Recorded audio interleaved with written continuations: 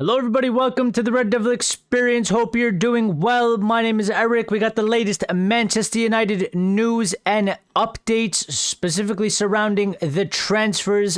Specifically, Manchester United have apparently given us, or they have trimmed down the shortlist for the midfield to top 3 targets to replace Casemiro this summer. We're going to get into that.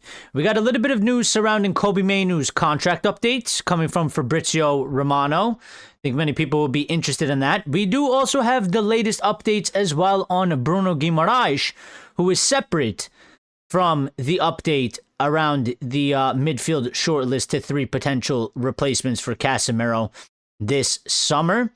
And we have some other just, random bits and pieces of news in the transfer department update about Carlos Baleba as well. A lot of this coming from Nathan Salt. If you're familiar with him, works for the Mail Sport, is a journalist, 30,000 followers on X. And, it's going to be a good show, so it'll be sort of a bit of a less news-driven show, because there's not too much news, so we'll have a nice, good discussion like we usually do. There is an update on Elliot Anderson as well, separately, and a couple loose ends, so it's going to be good. Make sure you smash the like button, get that done, people, because it's very important to the channel and to the live show, so make sure you're smashing the like button, and if you're new and enjoy the content, subscribe. Hit the notification bell icon so you get notified when we go live and you don't miss any part of the show. But we will sort of just go straight into it. And I see Lucky first again today. Brunoso is here and Niche Fan is here. And Niche Fan says he's liked the video. Thank you, mate. Appreciate it. But let's sort of just get into this little update here, okay? There's not massive amount of information on this, or what I will say is there's not a massive amount of great detail. It doesn't go into great detail, but we did get this update today, and I did find it a bit quite interesting. So Nathan Salt, as I just mentioned, about 2 hours ago, came out with the news that he came out with a bunch of news, but one of the pieces of news he came out with is that Manchester United have trimmed their midfield shortlist to 3 potential replacements for Casemiro this summer. And the 3 potential replacements, the midfield shortlist, is Sandro Tonali, Elliot Anderson, and Adam Wharton.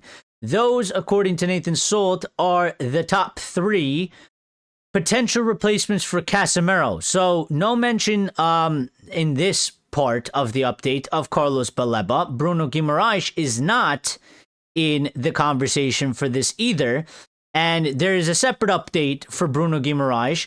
If you want to Bruno Guimaraes, it's not a positive day of news for Bruno Guimaraes. So I find that quite interesting. I do think that it is still far too early, and I can almost guarantee that whether it's this week or next week or the week after, the news will probably flip-flop back and forth because this is what they seem like they're going to do. This is what they usually do, okay? There's Tonali, there's Bruno Guimaraes. The past, week and a half or so, it's been all Bruno Guimaraes. A little bit of Tonali, but it's been really more leaning towards Bruno Guimaraes. Now, today, it's moving away from Bruno Guimaraes, and it seems like maybe it's going to sway into the camp of Tonali.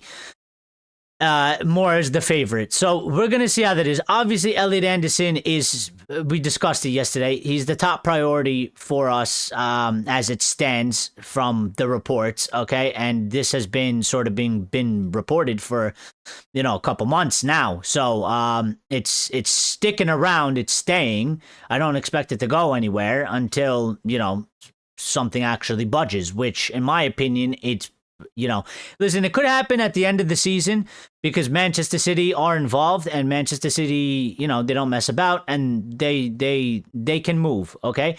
So they might want to do, or they might try to get the deal done before he actually goes to the World Cup at the end of the season and just get it done. But, Elliot Anderson might choose to sort that out after the World Cup, like many players do. Many players sort of just, don't deal with it before they go, depending on the person. Some of them want their future sort of just, they want to get that out of the way and then go to the World Cup and come back and, be all relaxed and take their 2 weeks off or whatever it is and then go to the team that they signed for or whatever.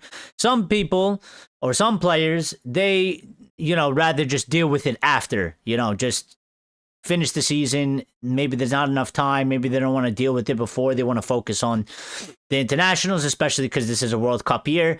So they might be locked in there. And then they just say, you know what, I'll sort out my future on the way back when there's, nothing going on really. So we'll see. Hesty is here as well. It says, bye-bye, Baleba.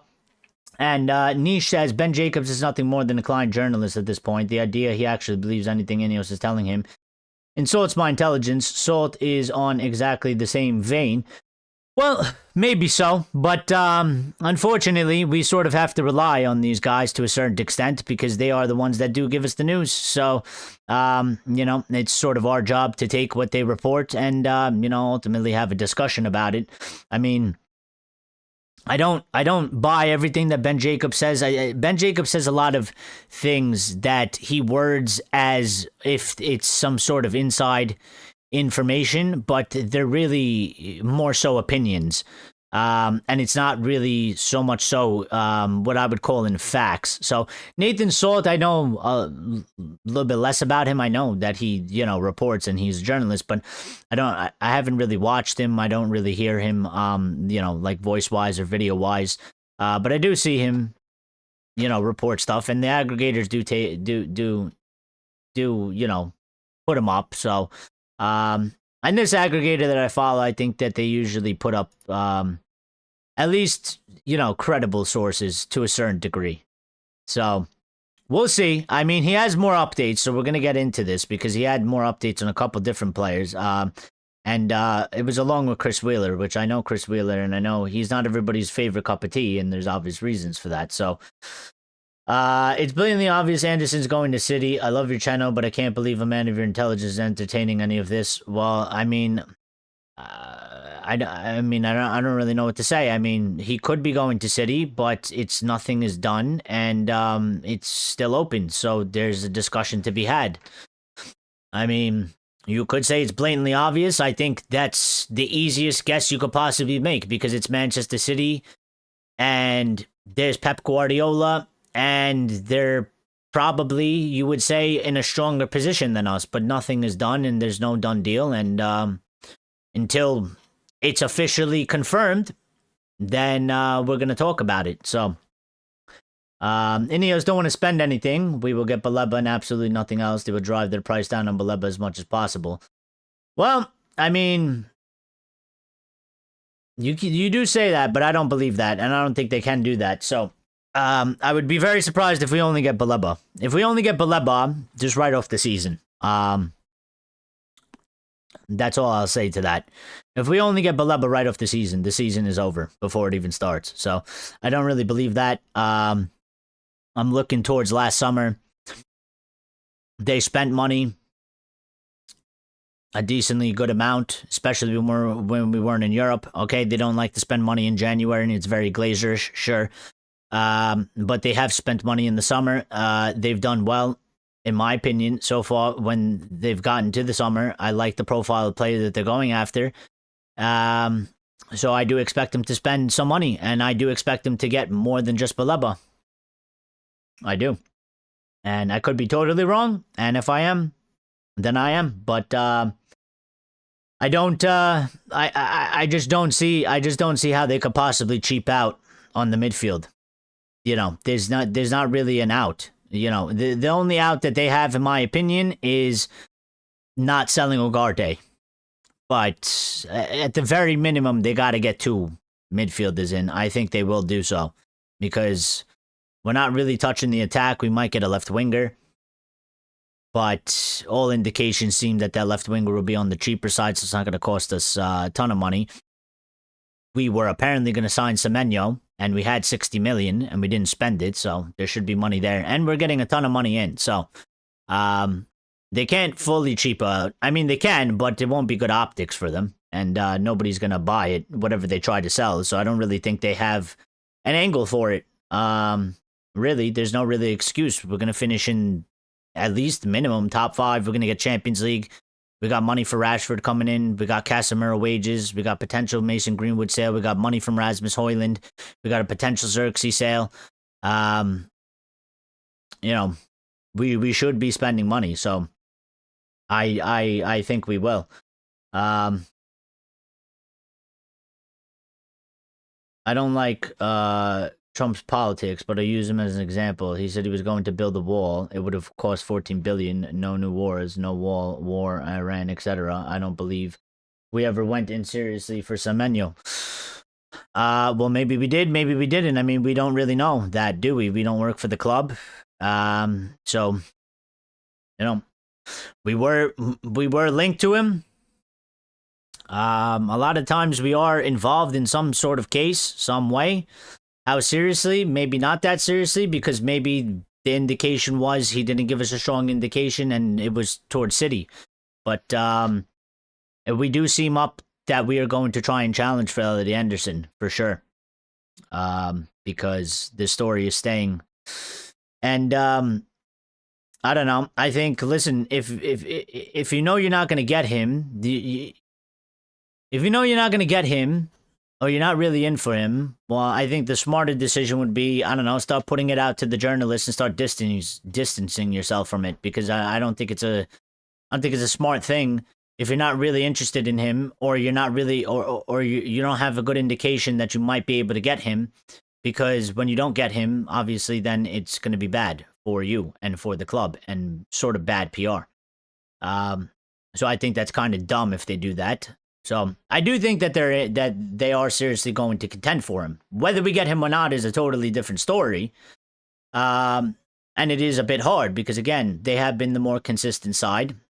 They do have the manager selling point over ours currently, because as it stands on paper, Carrick is just here until the end of the summer or the end of the season. So we can't even really sell the point of, yeah, we have this manager, unless we do it behind doors and we don't announce it. Which, listen, they could do something like that. I mean, listen, they made the thing with Casemiro. They made that months beforehand, and nobody knew about it. It didn't leak or anything like that. So they could very well have a couple things that they already decided to do that haven't leaked. You know, that we don't know about. So we got to see. 200 say we get only Baleba. I will bet you that we will not only get Baleba. Listen, I don't know if it'll be good or not, but there's just no way we get one midfielder. There's just no way. We could get Baleba and some dude for 20 million, and they might call it a day, but there's just no way we get one guy. There's just no way. I just, you know, I would be, it just...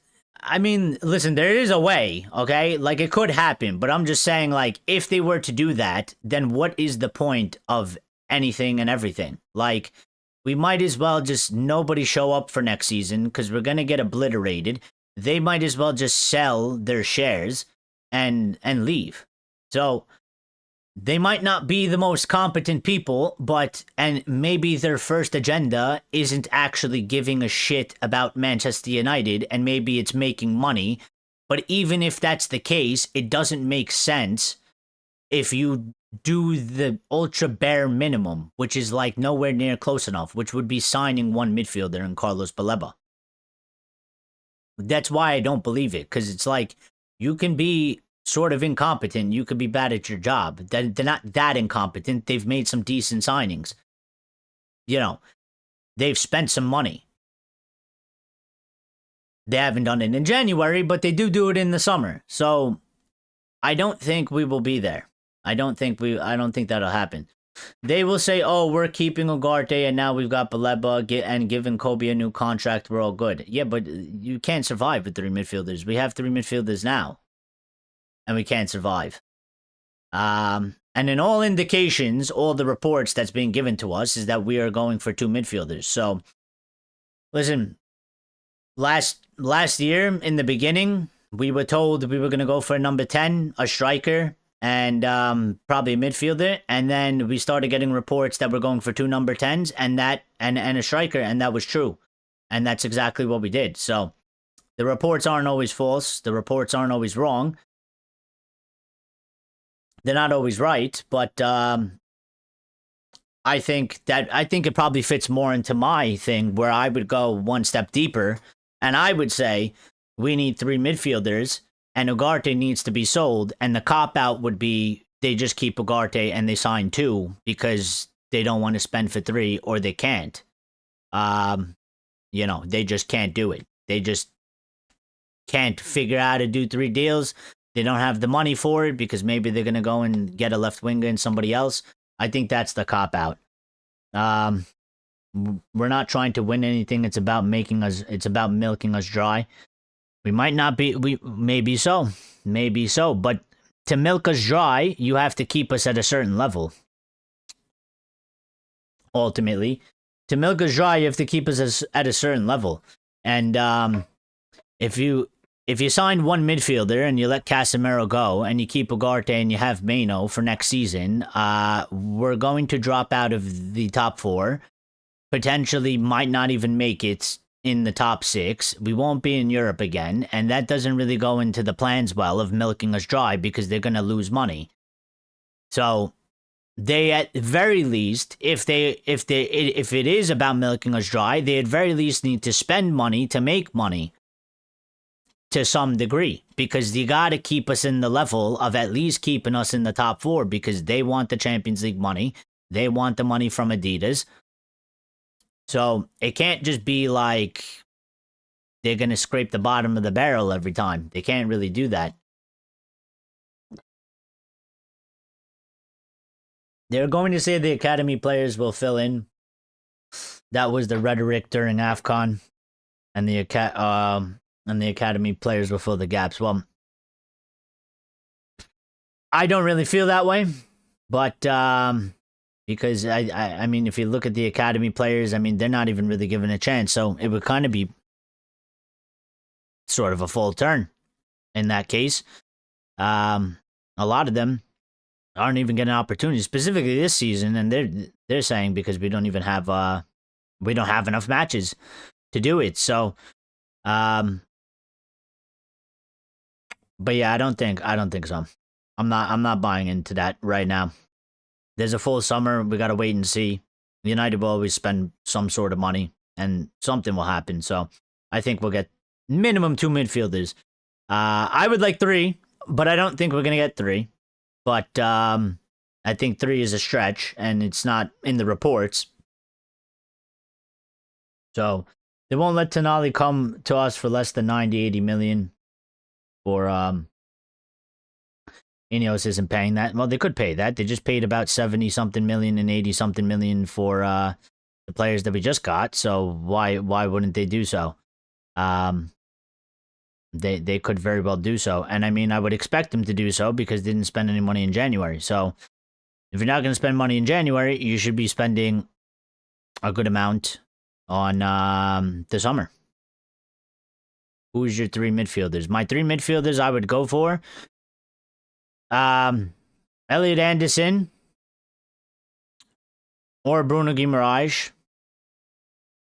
I would go and try and get Matheus Fernandes, 21-year-old. If West Ham get relegated, should be on the cheaper side. And that would be my 3rd option.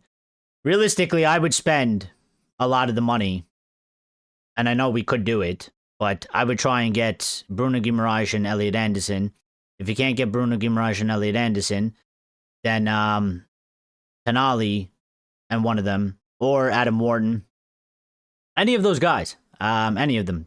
I would get 2 out of that list, and then the cheaper one I would go for a younger Matheus Fernandes, who would cost you maybe about 30, 40 million if West Ham get relegated.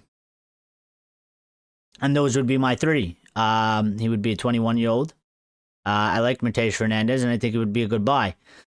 Or I would go into the scouting department and the data department and ask them to give me a list of guys that are age 21 to 24 from some, lesser known leagues that sort of like a Sunny Lemons, and I would go and buy one of them as the 3rd. I would get 2 main guys, spend a chunk of money on it, at least 80 million each, 160 million for the midfield. on 2 players and then get a cheaper option anywhere from 25 to 40 million. And then see if we can get maybe a left winger or a left back for some type of money. That's what I would do. That's what I would do. I think it's doable. I think we can spend. You can buy 2 players for 80 million in the midfield, plus a third cheaper option. It's just all about if they decide to do it or not. And I don't think they're in the camp of signing 3, but I do think that they will sign 2. I think that's sort of a mistake in itself because I definitely think we need 3. And I don't rate Ugarte, and I would sell Ugarte. But they might very well do that, use it as a cop-out, and sign the 2. And keep Ugarte as a 4th, and have Kobbie Mainoo, and then have 3 in the mix, and Ugarte sort of just as like some fringe squad rotational player.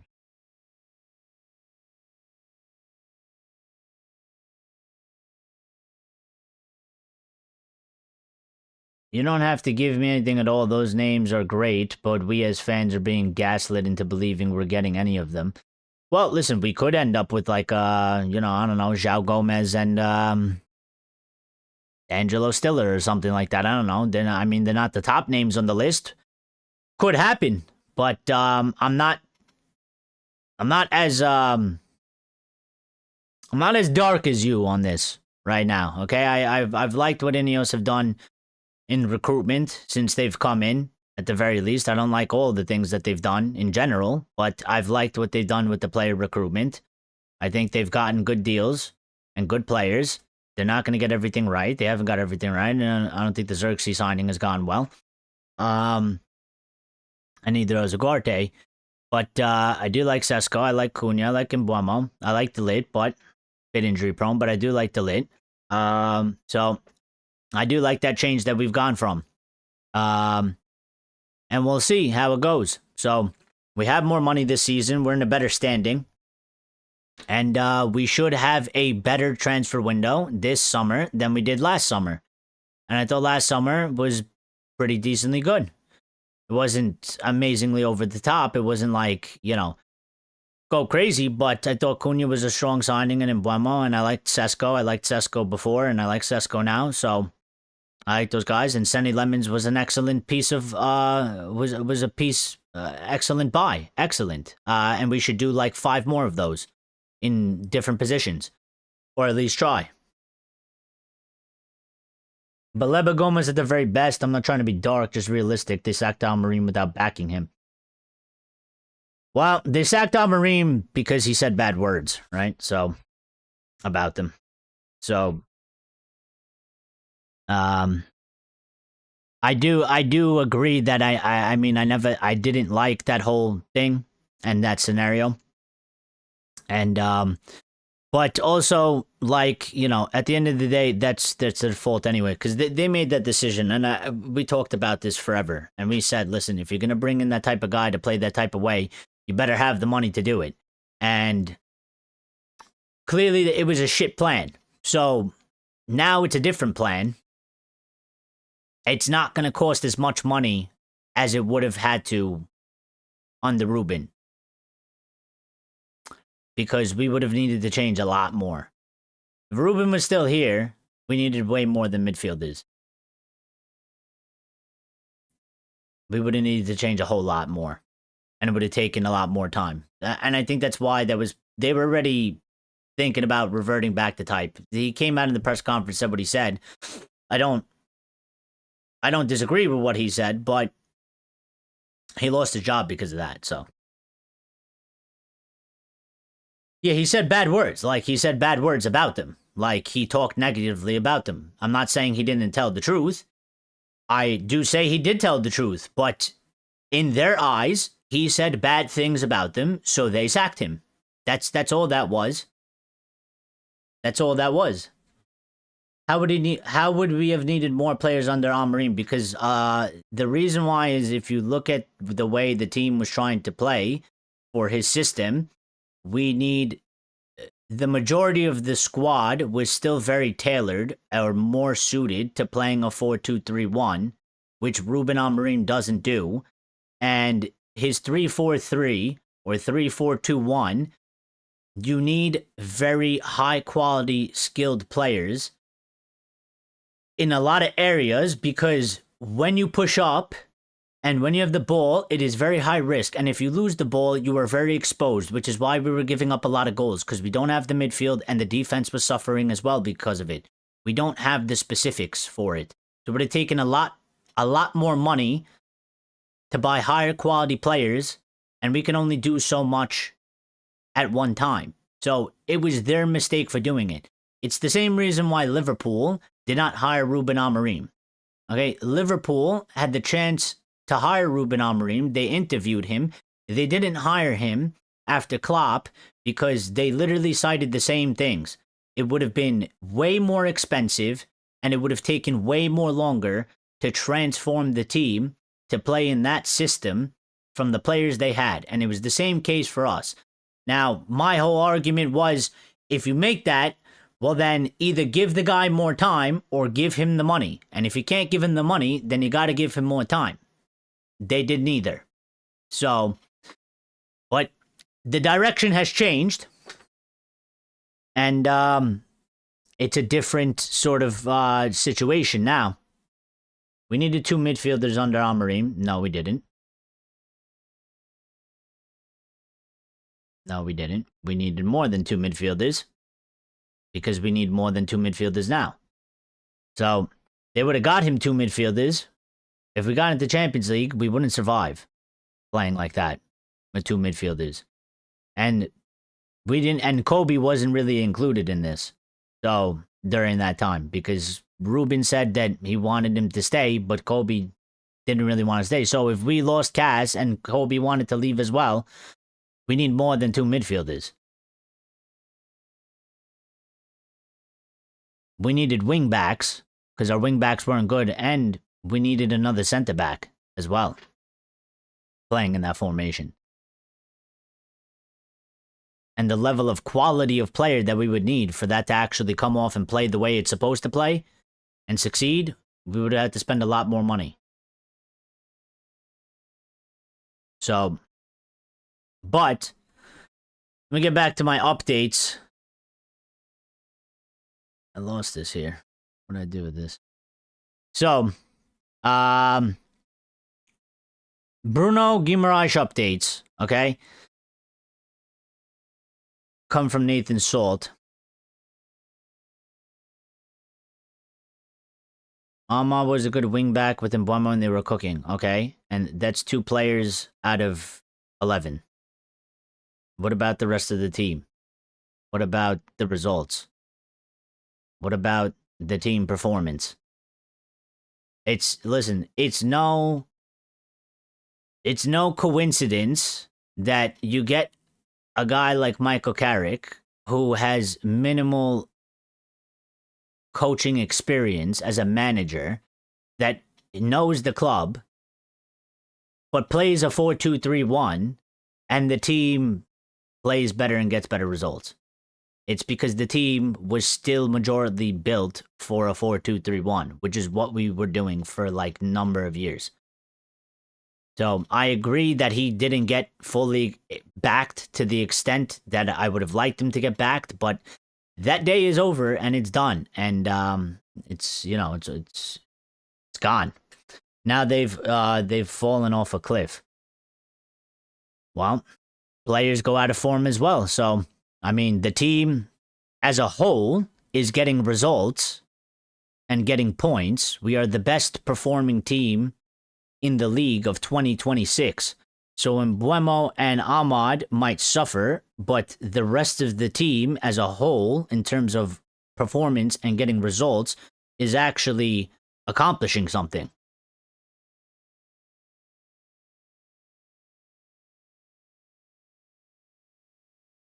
We're living off Casemiro and Fernandez, and they will both be gone in 2 years. Okay, good. So get new players. Like, I'm not worried, man. You're like, I don't know. You're freaking out. I don't know what to tell you. Like, you're super negative on the whole thing. And I don't think you need to be super, super negative. Like, nothing has happened yet. Let's just wait and see what happens. Okay? I'm not in the camp of Ineos is all bad. They're not all good. But, like, I don't think it's, like, all dark and gloom. Like, there's certain things that they can't not do. They have to do certain things. Even if it's for money. They still have to do certain things. They still have to spend a certain amount of money. They still have to get certain players to the club. They still have to build a certain team. They might not give a shit about actually winning the Premier League. Maybe they're going to string us along for the next 5 years or 10 years, whatever it is. And maybe they just keep us in the top 4. Maybe that's all they really want. But they still have to do a certain level for that to be achieved. And if they don't see that, well, then they're stupid. Okay? And they're fools. And the whole thing will collapse out from under them. And then you'll get what you want anyway, because we'll fail, okay? We'll go down. We'll be a laughing stock again, okay? We'll get absolutely banted and obliterated. We'll be shit. And then everybody will hate them, and they will try and protest them, and who knows if they leave or not, but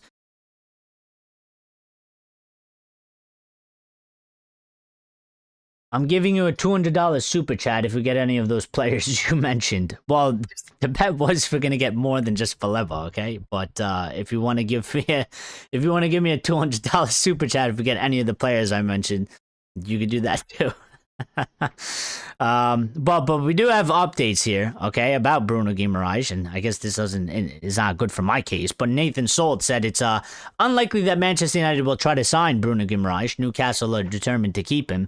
They also said Chris Wheeler said Manchester United are unlikely to pursue Bruno Guimaraes this summer. Sources have dismissed claims the negotiations are at an advanced stage. They are the second people to sort of make these claims as well. I forgot who did it the first time originally, but while everybody else was saying United were having some sort of discussions with Bruno Guimaraes' entourage, it might have been Ben Jacobs or somebody else. They said that negotiations are not at an advanced stage, and United are unlikely to pursue Bruno Guimaraes this summer, which could be a possibility. I mean, listen, he's the one sort of that, I mean, we brought this up a few shows ago. Somebody brought it up, something about his age. And I was like, well, you know what? That might be a case there. Because he's a bit on the older side. And that one definitely, Ineos probably wouldn't want to do too much. They haven't done so in any of, like, their signings that they've done so far while they're here. They have not got anybody, that is Bruno Guimaraes' age. So, I like Bruno Guimaraes. I think it would be a fantastic signing. I would make the signing for 60 million at his age. He's Premier League proven. He's tough. He can do both sides of the game. He's a really, really good player. I don't see a problem with the signing if you were able to do it for 60 million, which was some of the reports. Some of the other reports was 80 million. Newcastle are going to make it tough anyway. For the negotiations for either one of these players. So, you know, Richard's here, says hello, Eric. Hello, Richard. How are you?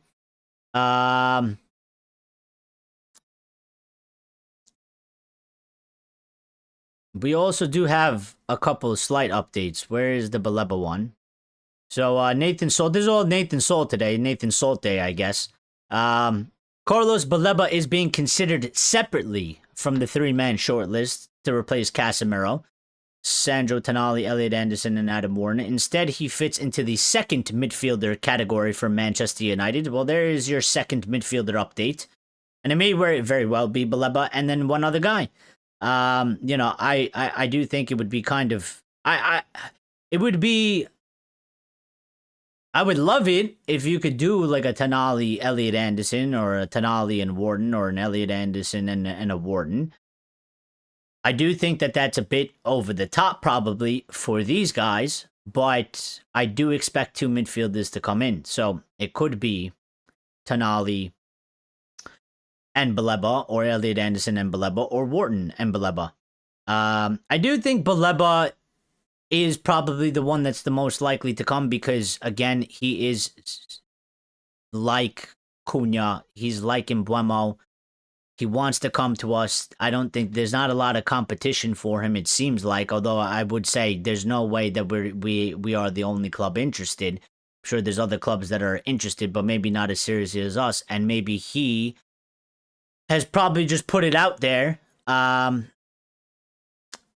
we are his number one choice. So with us being his number one choice, I think he would most likely be our destination. But I do expect, if he comes in, I expect somebody else to come in. And if you could get a Tonali or an Elliot Anderson or even a Wharton, because I like all three, that's two. I think very good midfielders. Young guys for the future. Throwing Kobbie Mainoo. And I would look, after you do that, I would still be looking to get in a third guy. 25 to 40 million. I think you could do it. Richard says we have enough quality in our under 18s without buying players. I don't think we do, though. Maybe as a fourth, maybe one guy, maybe, but I'd have to see them perform. In the Premier League against men and not against kids. So, I mean, I'll never sort of write them completely off, but I don't really get that feeling from the club, because where are they? We could definitely use one of them now, because Ugarte is literally useless, and we have Cass and Mainoo playing. So, if we do have that, and they are that good enough, where are they now? Is my questioning. Because I don't know, if I was there and they were good enough, I'd be calling them up into the squad right now. I would sort of fast track this to a certain degree. Start getting them involved in matches. It's coming to the end of the season. Get them in a preseason and get them going for next season, because we're going to need to rely on them. Again, my whole thing is it's all about depth, and it's a larger conversation. You could get two. We can have a Wharton and a Baleba, and then we could have a Mainoo, and then you could even have an Ugarte, or you can bring up an academy kid. What happens when Wharton or Baleba get injured? Then it's not looking so nice, is it?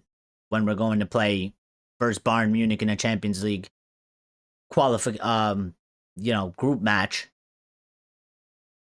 and we're short on players already in the middle of the season. Warren Baleba, put Kobbie on the bench again. Well, for me, see, that's another thing. Like, it's not so straight, cut and dry like that. I mean, you could get Warren Baleba in, okay? Ultimately, my whole thing is whoever's performing the best plays. So that's obviously then goes down to the manager. And if I was managing, you'd obviously have to assess them in training and all that, and probably view their preseason and all that stuff, see some of their performances in that, and then you make a call and you go with whoever you picked, whoever you think is the best, and then you have to go from there. And if one of them ain't performing well enough, then the other guy got to come in and got to get his opportunities, and then you got to go from there. So I don't know. I mean, I don't think I would necessarily put two brand new guys in the central midfield starting together. I'd probably go with Kobbie, my initial thought, but obviously would depend on how training's looking, how preseason's looking, and how they're looking all together, and then you would obviously have to make a final decision on that. Richard hit the nail on the head. This is exactly what's going to happen. Ineos will spin it like that. Well, they could try very much. They very much well could try to do that, but unless we see proof in the pudding, I mean, they don't really have a leg to stand on in that department. So they could say that, and if they do that, well, then they're just idiots. Forget $200. I'm making it $400. Yes, we do. Shea Lacey, Jack Fletcher, etc. Well, I do like Shea Lacey. And he could be one, but we still need another one. And the thing is with the kids, I mean, we never just, you don't know how good they're actually going to be. So they could be really good. They could be not good enough. And I'd rather go into a season with loads of depth than sort of being shorthanded, because we say, well, we got loads of academy kids, and then we try and use some of them. And after a couple games, we go, yeah, well, they ain't really ready, are they? You know, they looked quite good in the under 18s. They looked quite good in the under 21s. But I just watched them play 4 matches against men, and they look quite not ready. And what do we do now? Because we need people to fill the roles. And I'm concerned about when we play all these matches. We're definitely going to get injuries. We're definitely going to be short on players at some point. We had a bit of an injury crisis this season, and we played minimal matches. We lost 3 players to AFCON. We had 4 players injured, and all of a sudden, we were decimated in a season where we played the minimal amount of matches. So I promise you that's what's going to happen. Carrick's getting a 3-year deal, and he's been the academy coach. I can particularly hear the conversations with him and Wilcox. Well, listen, I don't have a problem with if they call up the youth and they use them. They better be good enough, and they better be ready. And if they are, then go ahead. There's no problem with that. I just don't really see it right now, because, I mean, again, like, where are they? Like, what are we doing with them? Like, in my opinion, if they're that good, then why are we not seeing them? Because if they're that good, they should, some of them should be able to be getting in this team right now. We are short in a couple positions. So why are they not being used? If they're that good, in terms of they're at the level that you can use them, why are we not using them? That's my only sort of question to that. Because obviously, I'm not Carrick, like, and I'm not inside the club, so I can't watch them in training. I can't see what they look like when I call them up to the first team and they're training against our first team. I can't see that. I don't have any knowledge of that. You can watch them play against other under 18s or under 21s, but again, it's a bit different when you call them up and you call them into the Premier League and they're playing against men. So, as a fan with limited knowledge of the whole scope, my thing is, if they're that good, I would expect to see them. And I would expect to see some of them now, and being used now. We don't use them. So I don't think that they're that ready. And I think I think a bunch of them will probably be sent out on loan for further development. And I don't think we're going to use many of them next season. And if we do use many of them, it'll probably be in the case of we are in an injury crisis and we are decimated and we have no other option and no other choice but to call them up, because we just have no other choices and options. Heaven Euro. Tio, brand new guys. This club does it all the time. Chad says the 2 at the pivot is going to be put through it. Good luck, lads.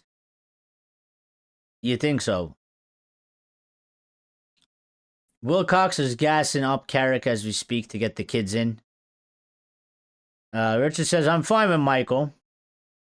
I'm slightly worried about Michael taking on 4 competitions instead of 1 next season. Well, I mean, you know, that's sort of a fair concern.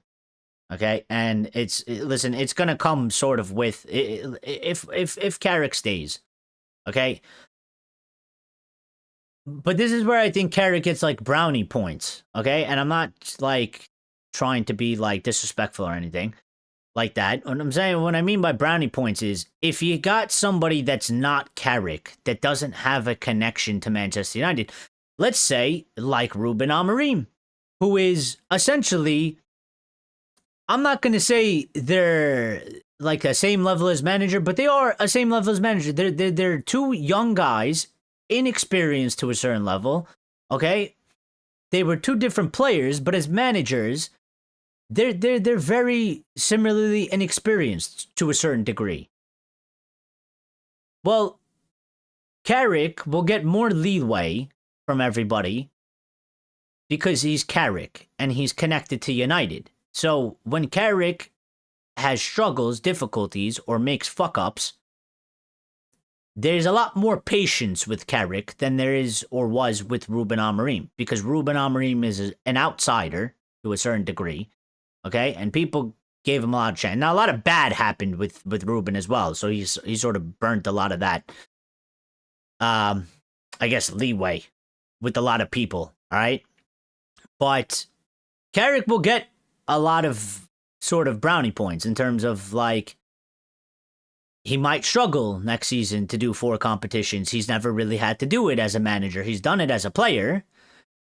And then could help you a little bit, but being a manager and being a player are different. And there are different things that go into that. So I do think it's a bit of a valid concern. I think with Carrick, like, in my mind, I sort of already made up. Like, I'm like, okay, well, if we go with Carrick, I expect hiccups at some point. It can't just all be good. I expect at some point where it's going to look sort of rough, rocky, bumpy. It might not be looking too great. Okay? I do expect him to make mistakes, whether it be substitutions, tactics, whatever it is. I expect all these things to happen. So, I sort of expected the same with Ruben, but I expect the same thing to happen with Carrick. But I think Carrick can sort of, where he can excel, where Ruben can't, is that Carrick will be given more time. And since he's come in and he's done well since he's come in, this is like giving him a little bit more credit in the bank, which was like obviously the opposite of Ruben, because he came in and it was really bad, and then we finished 15th, and we lost the Europa League final to Spurs. So, you know, different circumstances, but there could be some similar scenarios going on a little bit. They are a bit different. Of course, they're different people. They have different backgrounds and different understandings. Like, you know, I think one thing people will be quick to point out is that, like, you know, Carrick is watching and going to all the youth games and he's scouting all of them. And, you know, he's showing up to them, where Ruben didn't do that and didn't take much time to do it. And he sort of delegated that to his assistant to do, and then, you know, give him feedback on it. But it's a get out of jail card for them. They will accuse the fans of criticizing the academy players if they don't perform. It'll all be contrived to spend at least money as possible. You and I agree they aren't ready, but we've go about 30% of the fan base who think the Fletcher boys should be starting. Richard says, sorry, Eric, I have to go. Stay safe. All right, be good. The 2 at the pivot seems to be the graveyard shift at United. But do you think that's because of the players we have? Like, Chad, I ask you this. Do you think that's because of the players we have right now? And do you think, like, if we had a certain quality level of player in the pivot, that it wouldn't be a graveyard shift? Because I don't think it's that much of a graveyard shift. I don't really think that. I just think it's sort of the players we have right now, the partnership and their current abilities, and what they may their lack of as well. And I sort of saw a similar problem in Ruben's system, because you need mobile, strong, quality players. Specifically, especially in Ruben's system, because of how open it leaves you to a certain degree. When you do push everybody up and you're left with 3 in the back and everybody is up, if you lose that ball and you don't have the midfield to keep up, you're going to get overrun. And we still have a similar problem. The 4-2-3-1 is a lot more balanced. It's a lot more secure. But as we've seen in some games, the midfield can get easily overrun. And I think part of the problem is Cass doesn't have legs. And Mainoo, he needs to grow a little bit more. Like, he is not the ultimate product. But that's fine, because he's 20 or 21. Like, you know, and in the next 2-3 years, he can be the leading fucking player of the midfield. But I just think that you need probably some more all-arounders. You need strong, physical, mobile guys. We don't really have that, do we? We don't really have that. So I think it comes across as a graveyard shift sort of thing. But I think if you have guys that can do a little bit of everything, that can run, that can pass, that can tackle, that have high energy, that can press, if you have guys there, I think the midfield is fine. And with the two, I think it's fine. But you have to have the level of player. Axe is here. Chad says it's because we get outnumbered in the middle, even against 10 men. Well, yeah, but sometimes, Chad, sometimes you might get outnumbered because sometimes teams play with the 3. So sometimes you do get outnumbered. But it's not every game, and still, I would also argue there are times where teams play a 3 and teams play a 2, and teams with 2 can still beat a team that have 3. So I think the better quality player you have, the better we can do in those situations when we do play a 3. On the other hand, you could tactically change it specifically for that game, but we still need the players to do that, and we don't. Like, if you want to match them with a 3, we don't have the players to really do a 3. Because if we do a 3, okay, we don't have any subs then. And we don't have any backups. So, it's still sort of an issue somewhere at some point. What are you discussing about? Well, the midfield, I guess. Signings. Exactly, you said it's strong mobile players. Is he going to say we need Prime Conte if we keep Bruno like he did on Friday? He might. Mainoo won't even start for England ever again. He might.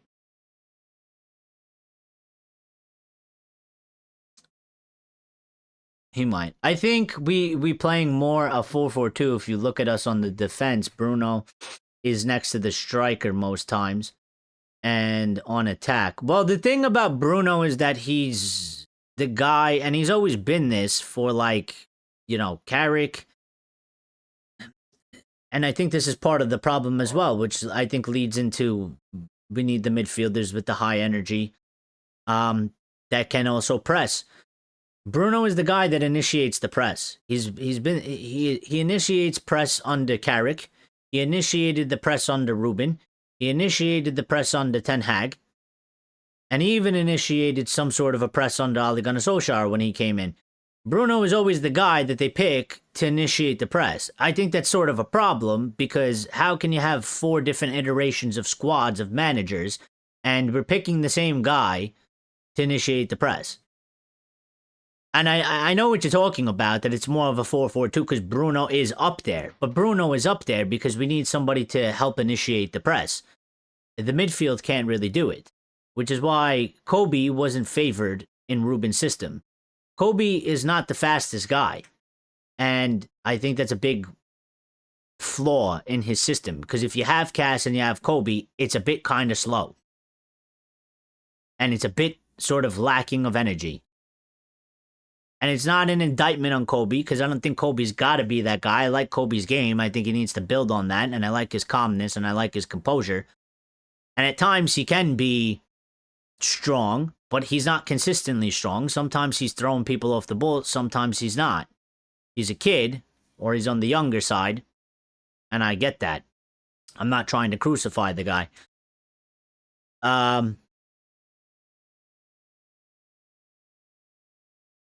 But yeah, I think that part of that, it has to go with the midfield. It has to go with the midfield. We need mobile, strong players. We don't have them.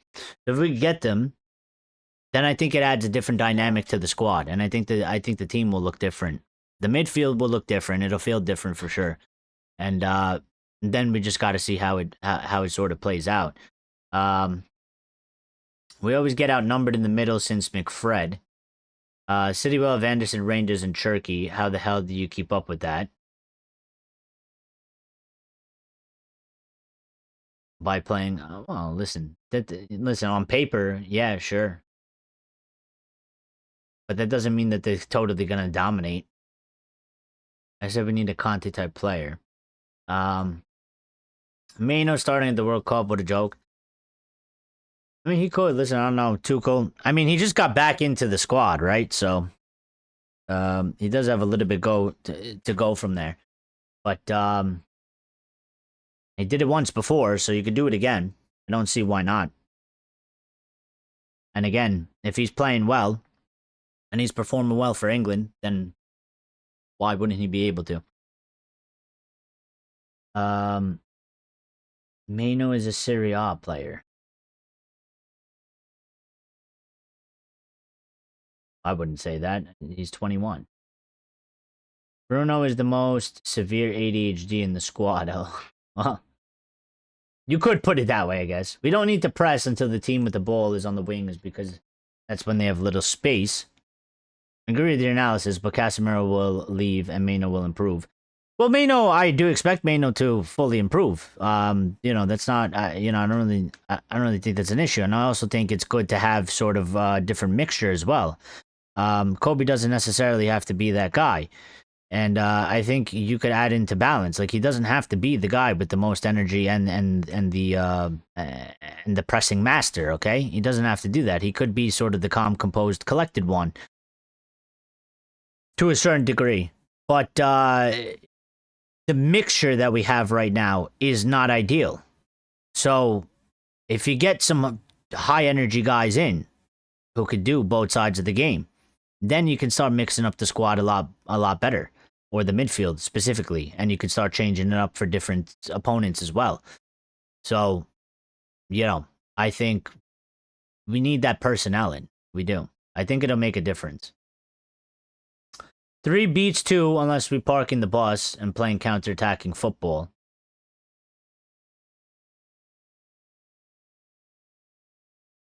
Well, yeah, sometimes.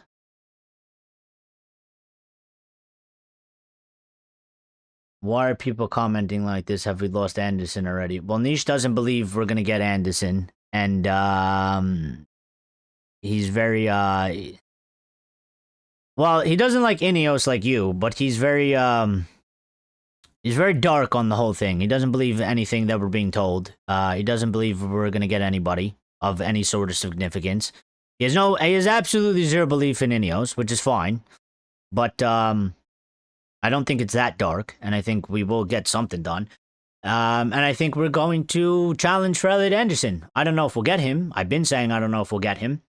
I could see him going to City, and I could see us losing it. I think that's definitely a possibility, but I'm sort of a person that until it's signed, sealed, and delivered, then anything can sort of happen. So, they could surprise us. They could actually do something that we maybe didn't expect to happen.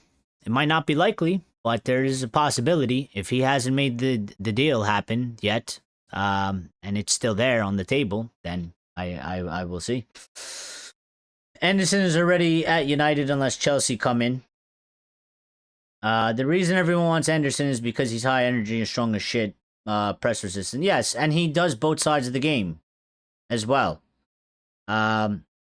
He's very good at listen, he's good in the attacking sense, and again, like you mentioned, he has high energy, he's strong, so that helps defensively as well. And he's press resistant. So, and he's doing what he's doing. And also the logic behind it is, listen, if he's doing what he's doing in the Prem at a Nottingham Forest team, but if you take him and stick him into a better team, he should become an even better player and do better things because he'll have better players around him with a better structure. So, it does make sense. And I do like him, a lot. And I hope we get him. But, again, like I said yesterday, this is football. You're not always going to get your top targets.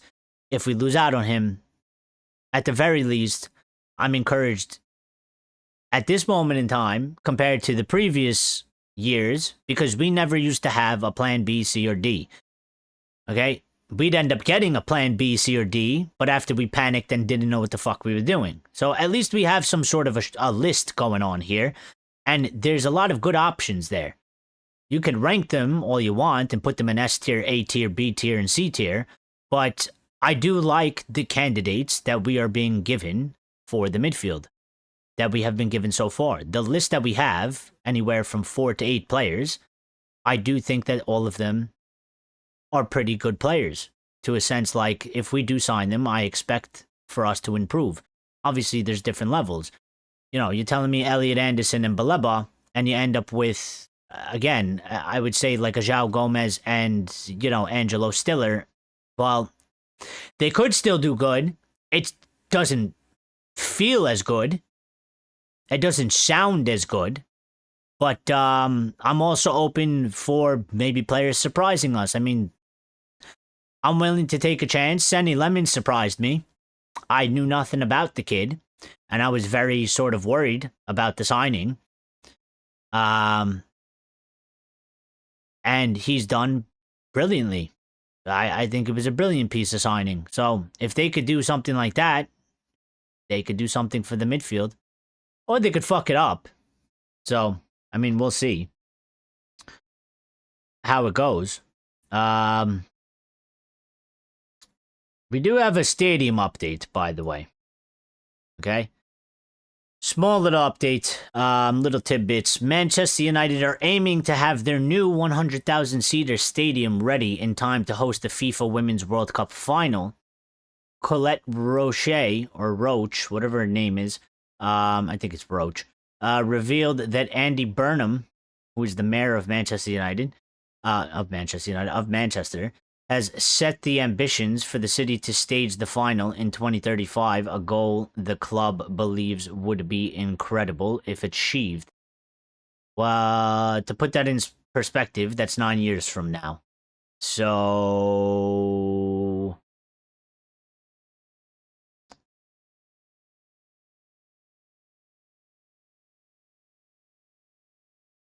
yeah. I mean, here's the thing for me, and this is where I'll bite into a little bit of what Niche is saying, because I do kind of believe that some aspect of this is going on. Because obviously they want the stadium, they want to make money out of it, and ultimately this is going to allow the Glazers to make even more money later down in the future, and they sort of need this to happen as well. I do think there is a certain aspect that they are trying to string people along because this is their ultimate goal. And if it's going to take 9 years for the stadium basically to be ready in time to host the FIFA Women's World Cup, which would be in 2035, well, for the next 9 years, they have to do a certain level of a job to keep us somewhere in the conversation, to keep stringing us along. This is what I was trying to say before. Like, they can't, if they think that they can, like, just do it on the bare minimum, then they're sadly mistaken, because we'll go backwards. And the whole thing will crumble out from under them. It will. Because it's the same shit that happened to Spurs. And it's the same shit that sort of happened to us in a certain degree, but in different ways. But Spurs specifically. Spurs have ended up where Spurs are because they started where Pochettino was, okay? And they stopped spending money, and then they capped themselves on wages, and they just started going from being second and in a Champions League final to going a little bit less. It crumbled under Poch. They sacked him, threw him under the bus. They went down. They kept going down. They kept getting lesser and lesser quality of players, until they ended up where they are, which is they're facing relegation because they're shit and nobody wants to go with them. You would have, who wants to go there? And they're not even, they're a traditional top 6, but they're not a United. They're not a Liverpool. They don't have history like that. They're not champions of anything, really. 9 fucking years. Yes, 9 years, bro. I mean, what? You think we're going to build the stadium overnight? The stadium hasn't. We haven't even started. We haven't even started anything. All they did was a little little graphic and one of those 3D models. And that's pretty much it. Everything else is all just like discussions and negotiations, where they're going to get the funding. They're still trying to acquire a piece of the land. Like, this is going to take like years to do. You're talking about a massive regeneration project. And it's not even just the building of a brand new stadium. You're also redoing the entire area surrounding it. So it's going to take a long, long time. Yeah. A long, long time.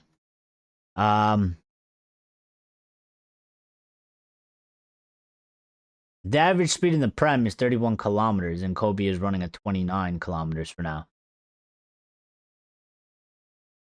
I mean, sure. I can't dispute that because I don't know anything about that. So I'll take that as a fact. But when I watch with my eyes, there are times where the other team's midfield is running away from our midfield. Specifically when we played Newcastle, who have the stronger, more athletic, more mobile midfield, okay? They had a 3, but specifically, when you have one guy carrying the ball, and he's running away, and Cass can't catch up to him, and Kobbie can't catch up to him, because they're not as fast, it's a bit of a problem.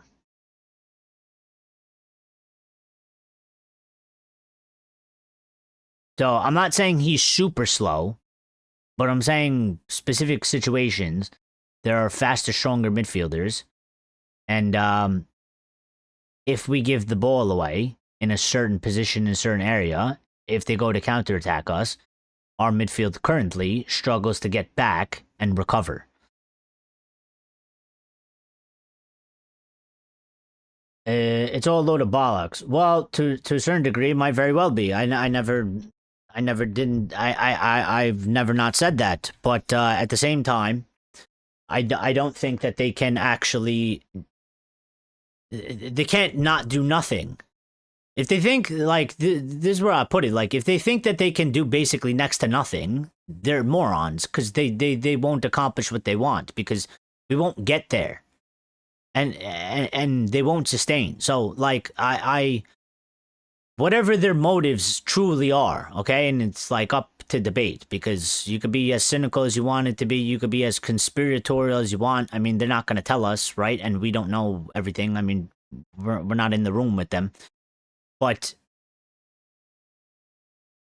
if they think they could do it the bare minimum, they're sadly mistaken, because we'll fall off and they won't make it there.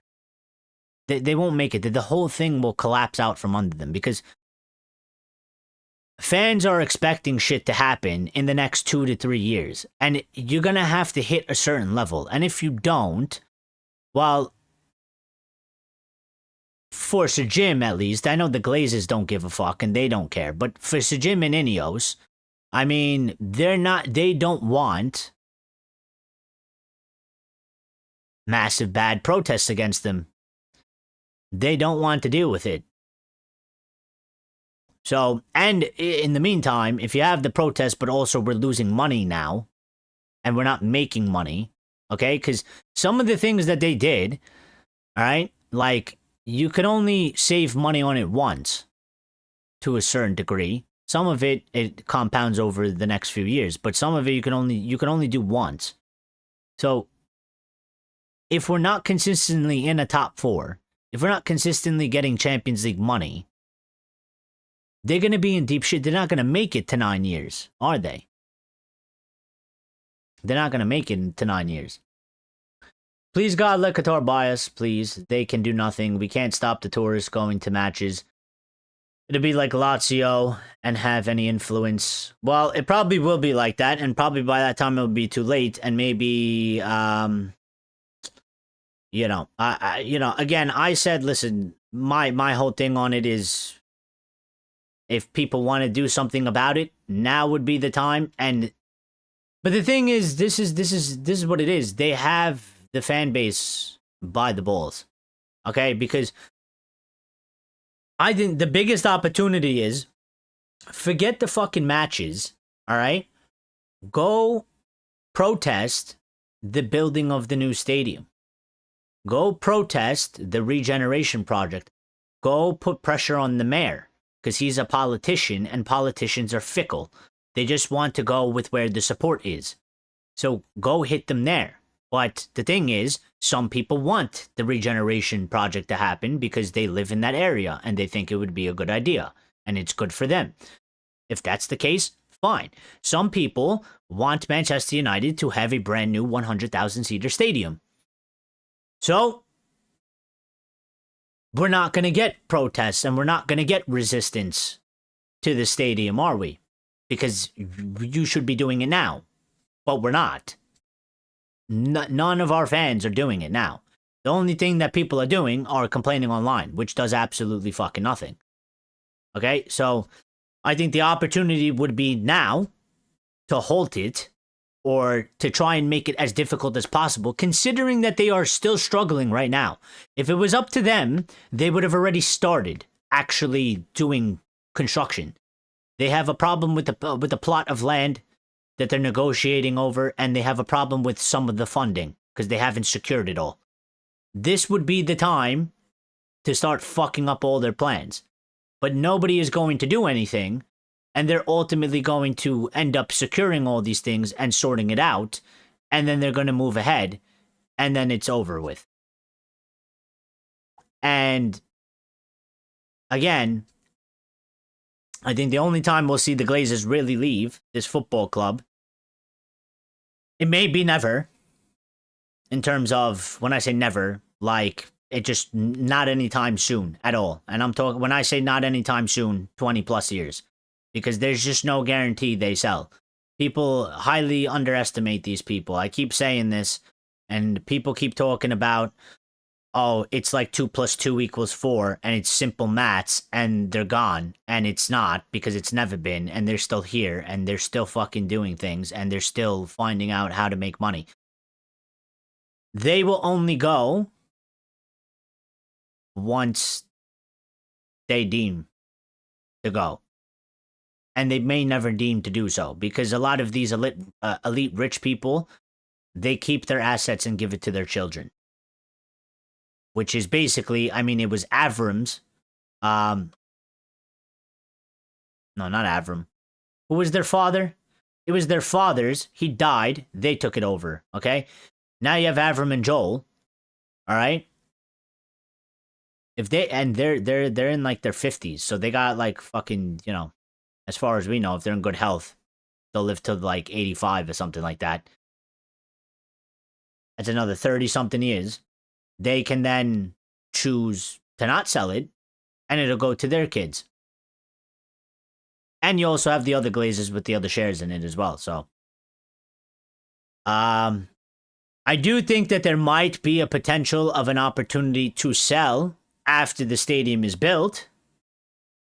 But in terms of somebody like Niche, who's saying that, you know,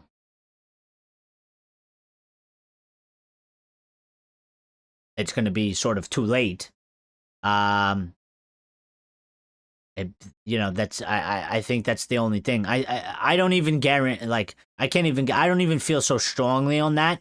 I feel like maybe there's like a 20, you know, if I had to put it, a number on it, an inclination, a feeling of these people, of who they are, specifically the Glazers, because I think Ineos, I mean, Ineos, in the grand scheme of things, Ineos don't really matter, because if the Glazers decide to sell, Ineos are gone. So they're just sort of like there, you know. I'm talking specifically about the Glazers. For me, the Glazers, there could potentially be, listen, they're sort of cleaning up the finances. They're sort of cleaning up the books, okay? That's why they got Ineos to do all these cuts, these cost-saving things. They want to make it look better on paper. They got sort of their estimate, okay, when they put the club up for sale, which I never believed they actually did. And they were always going to take some sort of a partial investment, whether it was Ineos or some venture capitalist from America, they would have taken that. They got their real-life quote, which was 5.5 billion from Qatar, supposedly. Anyway, but I I mean, it had to be filed. So, they obviously want more than that. Okay, look, the Lakers, and listen, these guys are American. Okay, so they're looking all around. Okay, and they're looking at something like listen, if you own Manchester United and football is the global brand sport, okay, the only difference is it's very untapped when it comes to sort of money and marketing, as when you compare it to American sports, which is very commercialized and very much about money, heavily about money when you compare it to football. Okay, the Glazers are looking at an organization like the Lakers, who were sold for $10 billion, and they go, yeah, and we have Manchester United, who is like probably 6 times the brand, okay, and globally much more known than the Los Angeles Lakers in a sport that is watched and played more around the world than any other sport in the world. And we're going to sell our institution for 5.5 billion when the Lakers were just sold for 10. So I think their thing is they're getting the new stadium, okay? And that's going to up the price a shit ton because they let Old Trafford decay, okay? The area around it's going to bring in a shit ton of money. You know, all this extra shit that they're going to be able to do in the new stadium, hold all these concerts, that's going to bring in an extra ton of money. That's going to raise the value of Manchester United significantly. It's going to go through the fucking roof, okay? And, you know, our value has been being inflated for a long time. They've been doing it. And it's very much like a property. Every time, like, I think of Glazers, how they view Manchester United, it's not a football club. And a lot of people say they run it like a business, but I view it almost as it's a property to a certain degree. Like, they constantly inflate the value of the club. There's ways to do it. Signing players for 80 million, 100 million that aren't worth that amount of money, but you write them off on the books. That's how they get passed off, and you don't sell them, so you don't have to record losses. They've done that for numerous amounts of years. Our club value increased while we were shit. It doesn't necessarily correlate. But yet here we are. Yet somebody was still willing to offer them 5.5 billion for the club. They said, okay, we see your 5.5 billion. Now we're going to make moves to get it up to the 10 because we want 10. And probably they want more than 10 because by the time we get to there and they'll get 10, they'll say they want 15 or 20 because of inflation, because all this other shit. So, are you telling me they are going to destroy Old Trafford just to make us wait 9 fucking years? Pretty much. I mean, we're obviously going to play in Old Trafford until the stadium, the new one is done, but, yeah.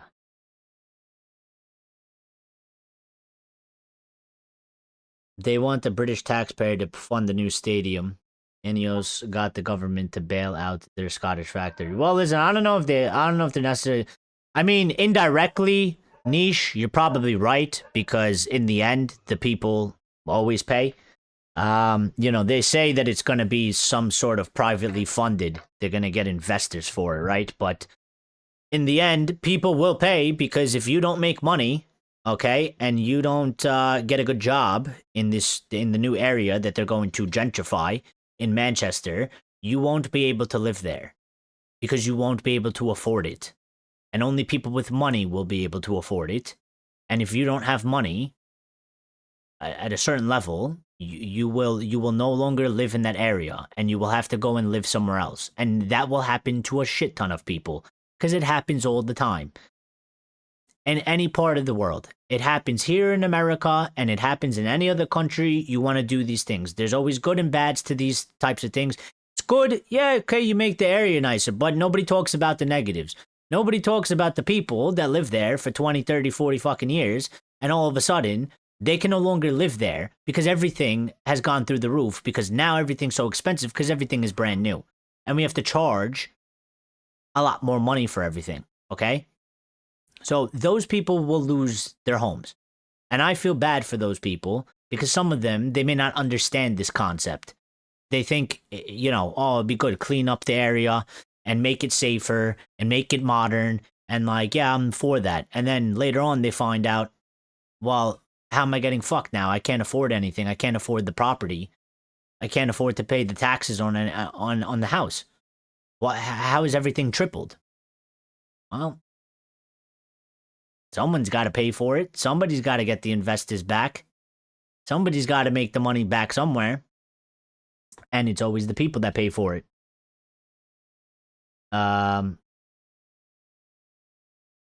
So I think they will get private funding for sure, because I think if they try to openly say, yeah, we're going to have all the taxpayers pay for it, I think many people will be against that because people don't want to pay more taxes. But indirectly, at some point, people will end up paying more money, and that money will then get funneled back to the top. Tonali probably had one run.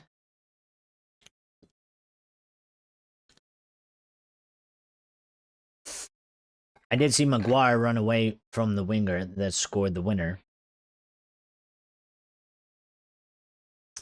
Yeah, but that has nothing to do with the midfield. I remember many times what we have to do. Very radical, very violent, very quick, efficient. It's crazy. A brilliant idea. Go get censored. Glazers own this chat via YouTube. No, they don't.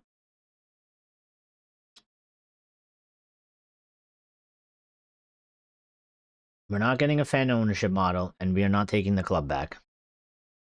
Not happening. Niche. He says these things, but like, they're totally unrealistic.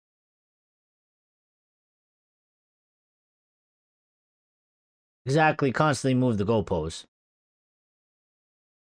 Yeah. So, I mean, that's where I feel like we're heading.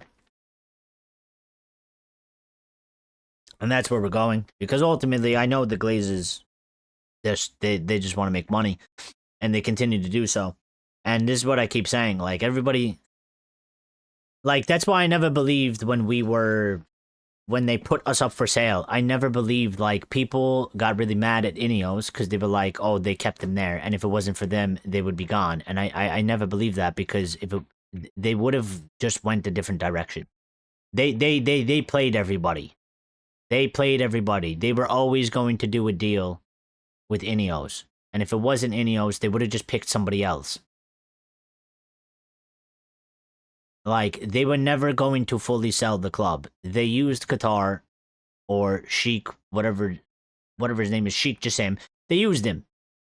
They used him so that they can get the valuation that, you know, on paper. Because Forbes lists Manchester United at once upon a time at 3.3 billion or something like that. Okay. Well, now, if you had somebody actually bid 5.5 billion, well, guess what? The club is worth 5.5 billion now because somebody actually valued it at that amount. It's no longer worth 3.3. So just by somebody making a bid for it, the value jumped 2.2 billion. Just because somebody actually bid that amount of money for it. Because on paper, when you do like a list of assets and all this stuff, they'll calculate it and they'll be like, okay, it's worth about 3.3 billion. All right. But once somebody comes in and says, well, I'll pay you 5 for it. Well, now it's worth 5. That's what it is. And it's similar to your house. Okay. Because if you go to sell your house, okay, they come, I don't know how it works over in other parts of the world, but here you get like an appraisal. Okay. They come, like some sort of an expert, whatever. They come, they like value all the shit in your house.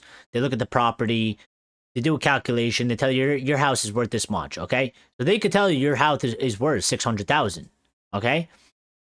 You can still list your house for 750,000 and say, well, I know it's 600,000 on paper, but like, I think the house is worth 750,000. And you can list it for 750,000 and somebody can buy it for 750,000. Or somebody can, you know, if there's a bidding war, okay, and there's 2 people that want to buy the house, well, somebody could be like, I'll buy it for 800,000. It gets sold for 800,000, and now it's an $800,000 property. So that's how these things go. And, yeah, I just I don't know what will happen. You know, it's so. Listen, these guys are so sticky greedy that like it's impossible to tell when they'll actually go, and they don't take L's. They haven't taken one, and I don't see them taking one. So unless some sort of system global thing completely fucks them, like for example, like COVID kind of fucked them, yeah. But that was like something that happened that was sort of had nothing to do with them personally and their operating. You know, it was a thing in the world, and it was actually basically like a protest of United fans indirectly because nobody could go to the stadium, so they lost a lot of money. But other than something to that magnitude happening on like a world scale or something, I don't see them taking any L's. They don't take L's. They haven't taken a single one. Not one. So I don't see where it would happen or where it would come. They seem to get everything they want. And they just keep making more money off the club. So I think the only thing that could be possibility is they build the stadium, and maybe after a year or two, because maybe they don't do it directly once the stadium is built, I'm sure they're going to want to, you know, use the stadium to get in all this revenue, this revenue, and bring in some more money in the immediate. And then maybe shortly after, maybe they'll be a bit more open to selling it. Because obviously then it's going to be worth a lot more and it's going to look a lot better. You know, it's listen, what's better to, I think they used that process that they were selling. I think they used it to learn a bunch of things as well. Okay. Like, for example, I think they used like some of the arguments that Sheikh Jassim was making as to why he wouldn't give them any more money. Well, one of it was that like, well, this stadium does need fixing. Or we need a new one. That's going to cost a lot of money. You're also leaving me with all the fucking debt. I'm going to have to pay that off. We also have to upgrade all our facilities. And I'm going to have to spend about $1 billion in transfers. So why should I give you more than 5.5 million? I think they took some of that as, you know, sort of a learning curve. And they're like, okay, what can we do that we can sort of fix things up a bit so that we make it more attractive for future sale later on, so that we can actually get the amount of money we want. So we can ultimately get the highest amount of money possible. The long and short of it is we're never winning a title again. And that's the reality. Liverpool, Arsenal, and City will win until the next decade. Well, it could be the case. I mean, I do tend to say that the very least 20 years. Things tend to happen in 10 and 20 years increments. So I mean, we are 13 in, so it would be another 7.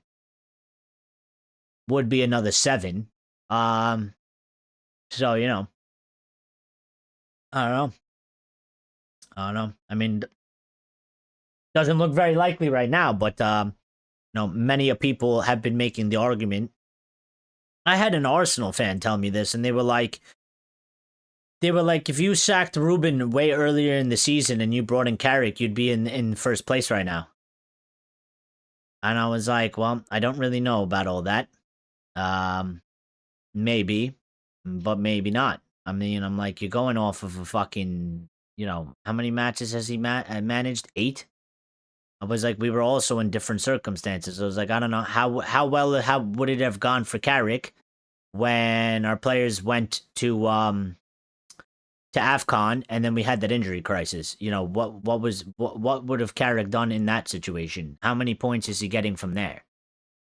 You know, people are just like, oh, because he's come in and he's done so brilliantly and he's on this form, that it would have been automatic. It's the same form, but just do it from the beginning of the season and United are top of the league. And I'm like, I don't really think it goes like that. I think I would disagree. And you just have absolutely no clue. Like, things happen for a reason. He came in at the right time, maybe. I mean, it was a tough time when he came in, but he came in at a time, and who knows, you know? So, um, I give a kidney for an FA Cup at this point. Well, I mean, we just got one like not too long ago, so it's not like we haven't won anything in 13 years. We just haven't won the Prem or the Champions League. We've won the Carabao. We've won the FA Cup.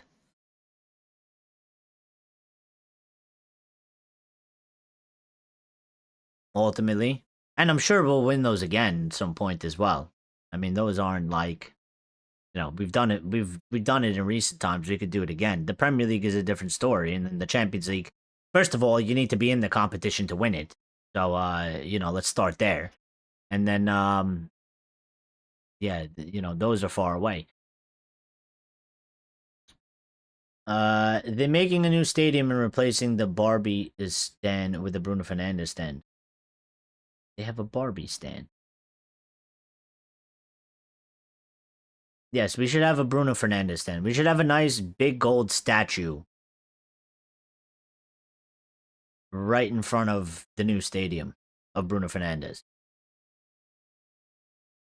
I think that's a great idea, Chad. I'll let them know immediately to put that in. Thank you, Chad.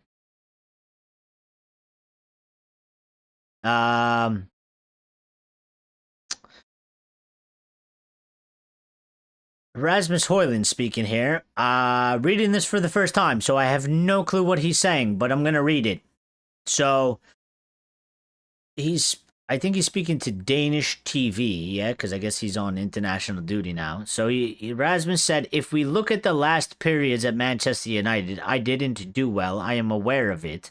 But now many things have changed. I have grown more. Here I have rediscovered the joy of playing football. It seemed that everything was over. They said it even in Denmark, but I never gave up and I always believed in it.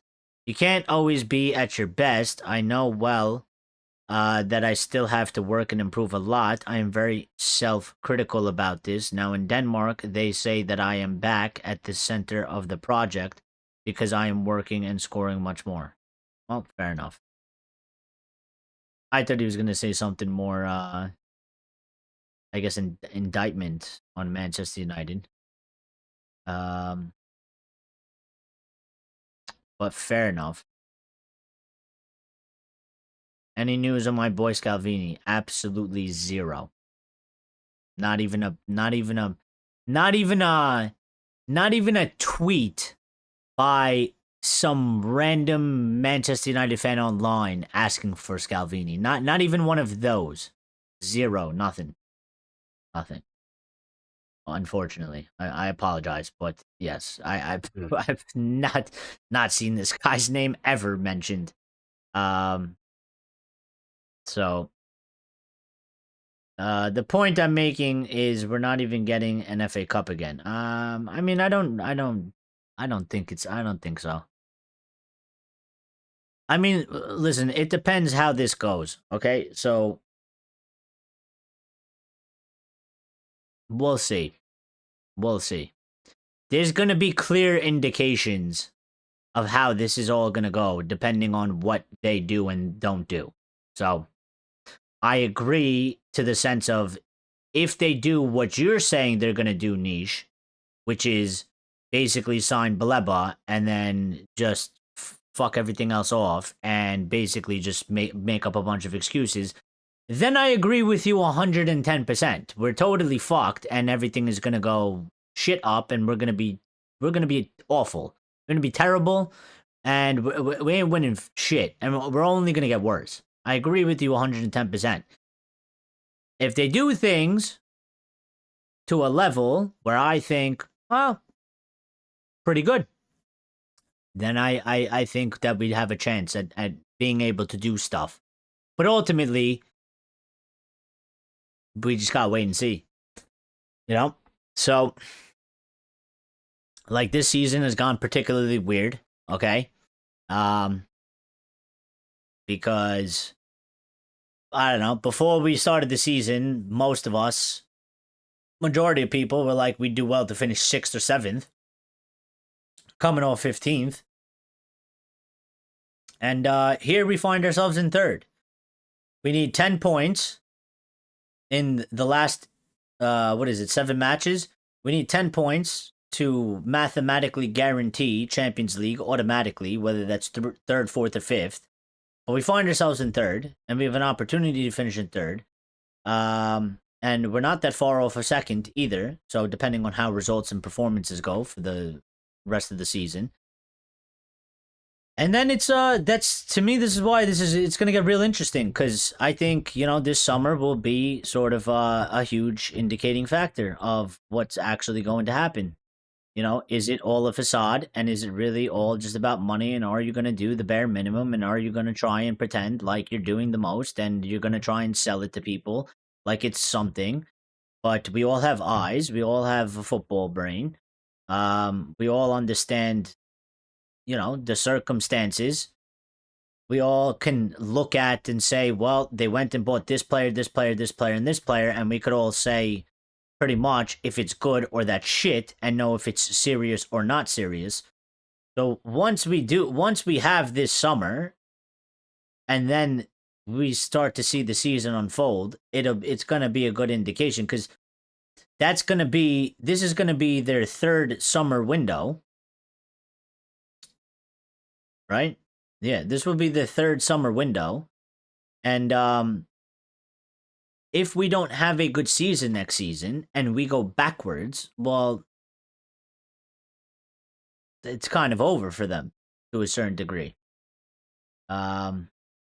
We still need to make a managerial appointment. It could very well be Carrick, but they do have to fucking confirm it so we know at least in what kind of direction we're going in.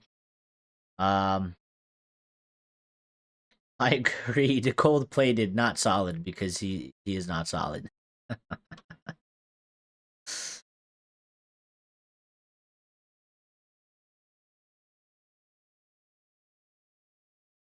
What do you mean Rashford was just more on? What did Rashford even say? What do you mean he was on it? Honest about what?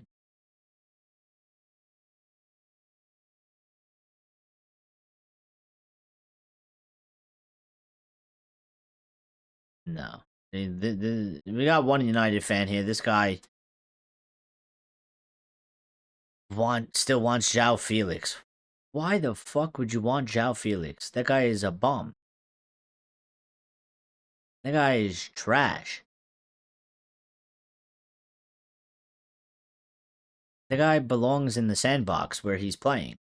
He belongs there. He's made it to where he belongs. Why the fuck would you want that? We did have these pieces of news. This is where I missed some of this. This is coming from some different sources. Sully Talks, okay? Manchester United are actively assessing the striker market ahead of the summer, with Xerxes' departure looking increasingly likely.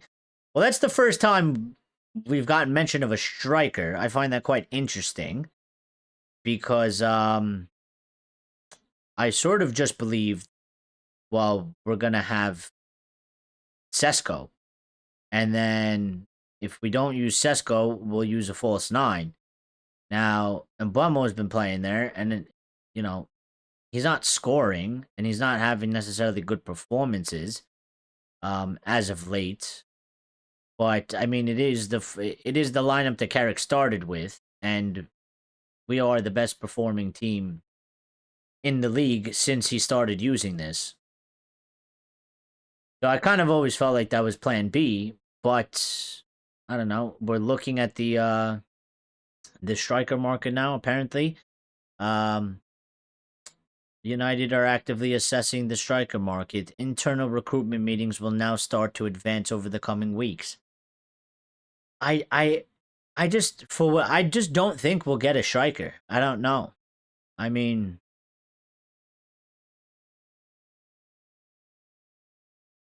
if we do, maybe it'll be like sort of a cheaper option. Maybe a younger guy, and we'll have 2, but one that's not going to cost a lot of money. Like, I don't think if we do go into the striker market, I don't think we're not gonna sign anybody for like 60 mil. It would probably be maybe for 30. you know. He said there was never a defined project, no stability. When did he say that?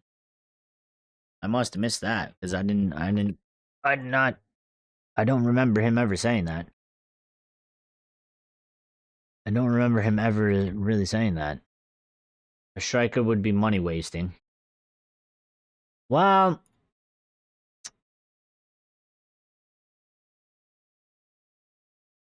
I guess it depends. Because it depends how much funds we have. But I kind of agree a little bit because, I mean, they did tell us that,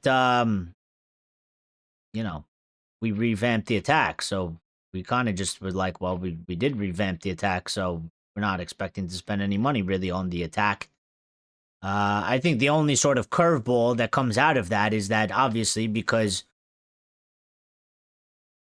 we sacked Ruben and now we're playing a different formation and a different system, we did get rid of about 2 or 3 of our wingers and we never actually bring in other wingers. So we do need a winger, which is technically part of the attack.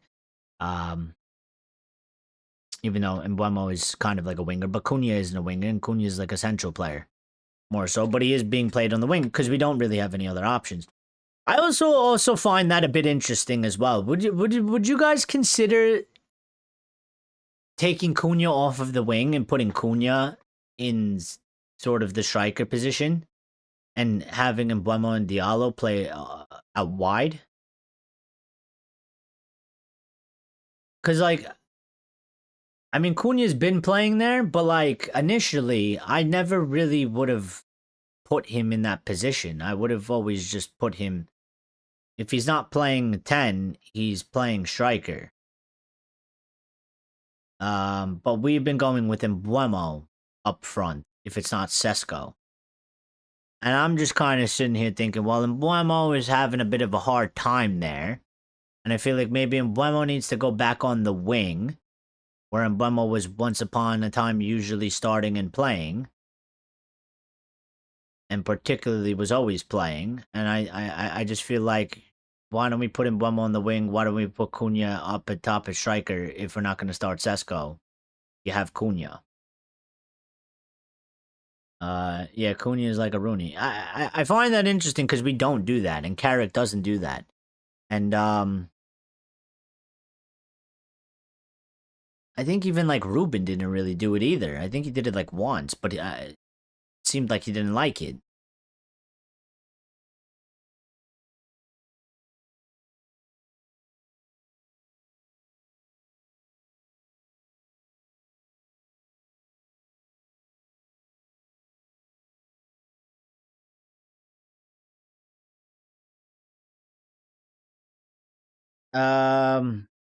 Okay, Niche. Fair enough. In a candid interview in August 2025, that's maybe why I missed it, because I was on vacation in August of 2025. So could have been one of those days, you know. I was out and about, not keeping up on the United news. Marcus Rashford stated that Manchester United has lacked a defined project or clear direction, leaving the club in no man's land for a prolonged period. Well, I do 110% agree with that, but I don't know if that's necessarily an indictment on Ineos, though. Because that would definitely mean, I don't know, from the time Rashford came in to the first team, which was when Louis van Gaal was here, which was 10 years ago or so. And I think we've all been saying for 10 years that we have had no actual real project or clear direction. I think Ineos have a project to a certain degree. I just don't know how good it is. And I just don't know how good it will be. But I think with some of the things that Ineos have come in and done and changed compared to what we had under Woodward and what we had under Richard Arnold, there's been a clear change in certain operating ways. We've improved in some areas. And I do think there's some sort of a plan there. Like, we have a player profile of specific players that we look at that we want to get in that have a certain attitude, certain characteristics. I don't think we've had that before. So I do agree. With that statement, but I don't know if that's that's not specifically an indictment of like Ineos itself.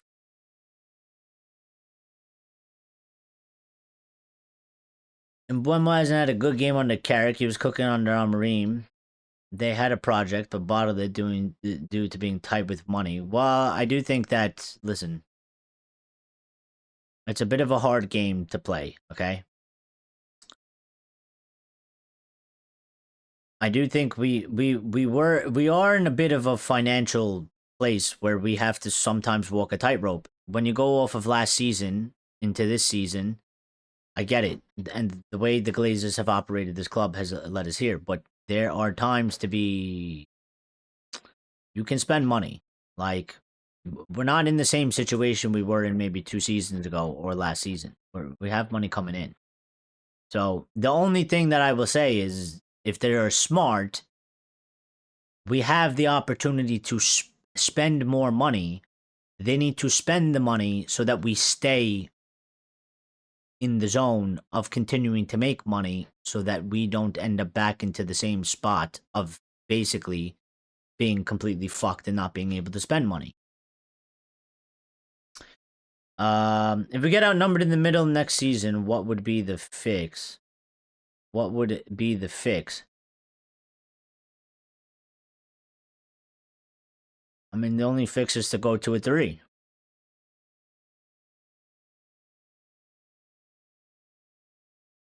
In the middle of the park. And we would need to have the players to do such a thing.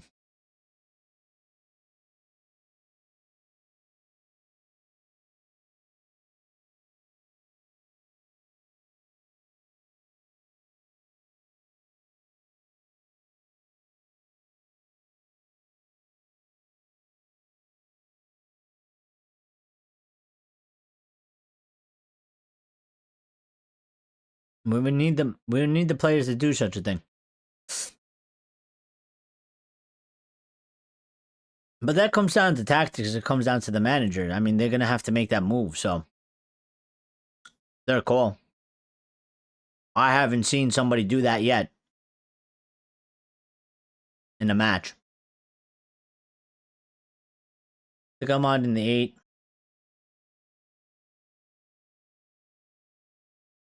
If we're the only player with an engine, who would that 3 be? Mainoo? And, well, it depends who we sign. It's a bit hard to say because I don't know who we're signing specifically. Like, I don't know who we'll have. But I would expect Mainoo. If it's Elliot Anderson or Wharton or Baleba. One of them.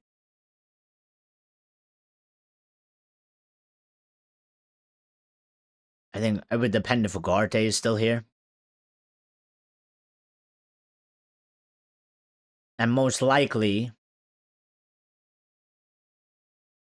I tell you, Bruno will probably get dropped back in deep. Unless they take him and they shift him out to the wing. And throw in an extra midfielder. A different midfielder.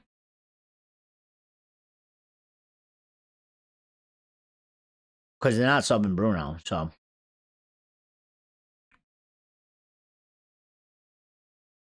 Bruno won't get subbed.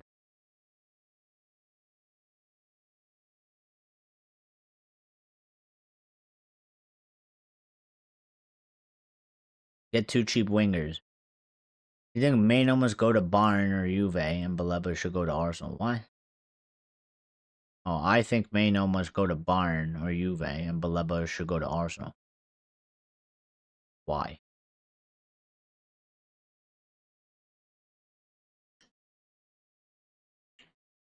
Why would you want Kobbie to go to Bayern or Juve?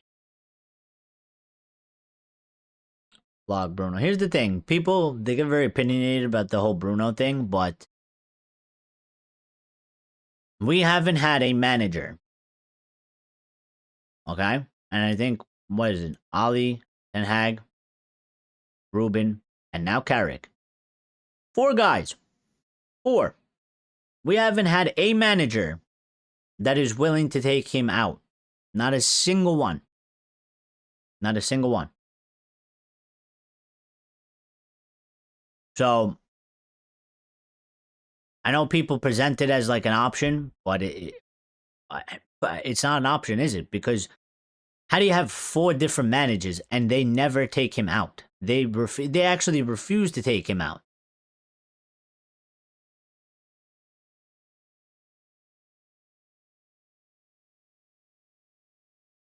They will be scapegoated if anything goes wrong.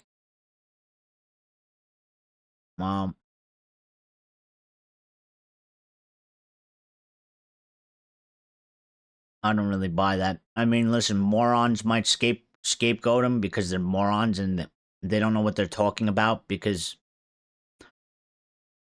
you know, they need to say something and they don't know what to say, so they just say something. But if they're not at fault, then they won't get blamed. But if they get scapegoated, I mean, it's a part of life. You have to deal with idiots. So, why would we want Kobbie at all? Because Kobbie's a good player.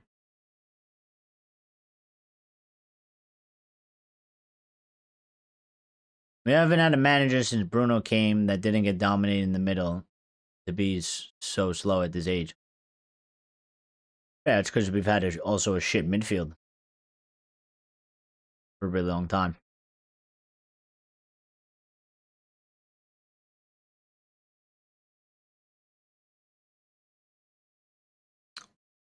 This is why this summer is important, because they could actually spend a good amount of money. And, I mean, listen, I like Christopher Vell. I don't know about the rest of Ineos, like Wilcox and shit. And I definitely don't think Sir Jim fucking knows anything, but I'm more encouraged by them getting actually some fucking useful players than I've ever been at any time over the last 13 years. I don't know how good this thing will be, but for sure, Richard Arnold and all those people, and Ed Woodward and all those people, they had 0 plans, didn't know fucking anything at all, and were basically just fucking winging it. And I don't know where they were getting their information from. I don't know who they were listening to, but they were clearly just like, they had 0 clue. 0. So,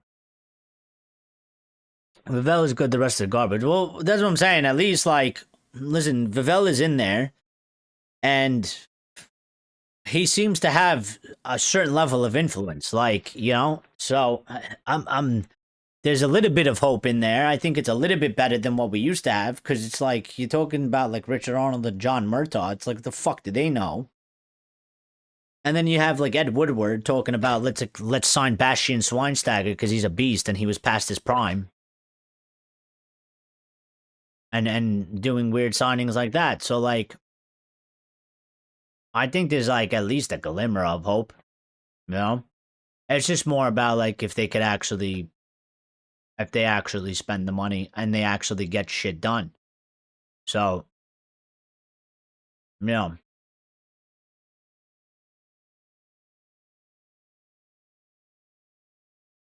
What are we even paying Wilcox for?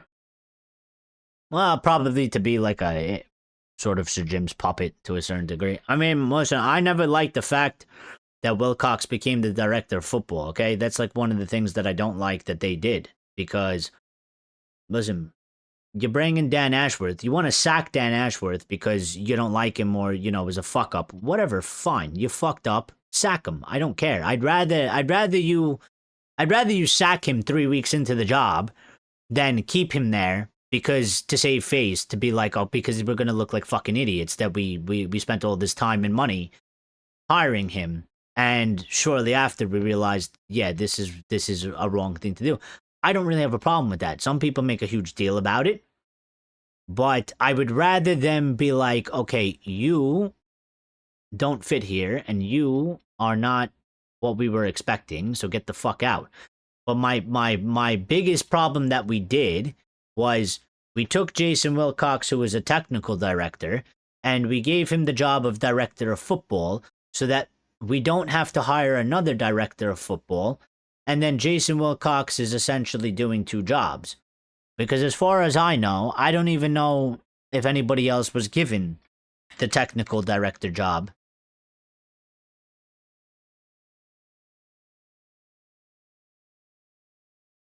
In place of Jason Wilcox.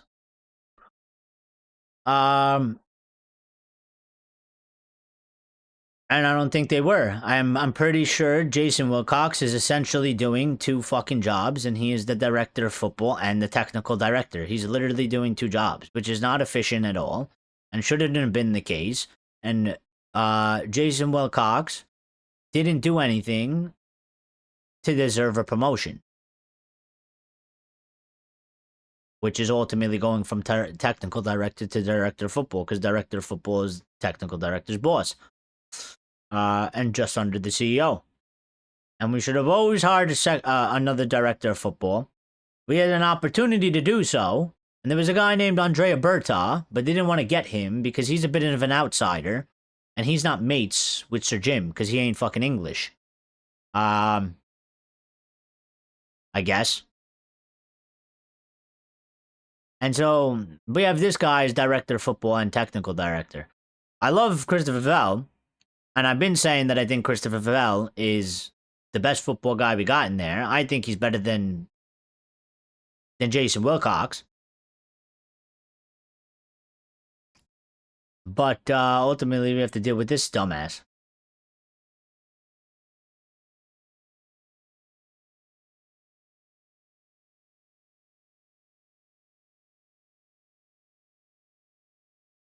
Baleba should stay away from coming to us for his own goal. Well, I don't think he's going to do that, so.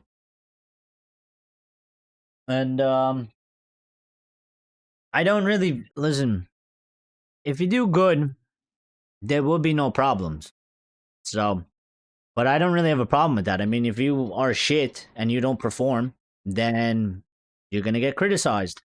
And I think a bunch of our players slowly learn this a little bit over time. Like, I remember Cass, when he had that one bad season, okay, his wife had a bit of a problem with it.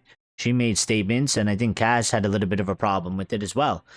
But they've gotten over it, and look, they're getting all the love. People just want you to do good. So come to the club, perform well. If you don't come to the club, you're going to get criticized, and boo-hoo, cry me a fucking river, go somewhere else if you can't handle it. You know, this isn't a daycare. We're not raising babies. This is high professional sport. Either come and perform and do your job on the pitch and deal with the criticism. You're a professional footballer. You're going to get fucking criticized. You're going to get criticized no matter what. Ronaldo gets criticized. Messi gets criticized. Fucking Pele got criticized. And Maradona got criticized. You're going to get criticized no matter what. People are going to hate you no matter what. It's part of life. Deal with it. And if you can't deal with it, then you can't be at Manchester United because you can't handle this fucking club. And you are a big crybaby and you don't have the mentality to deal with this fucking club. So therefore, go somewhere else. You know, and that's for any player. I don't really give a shit who it is.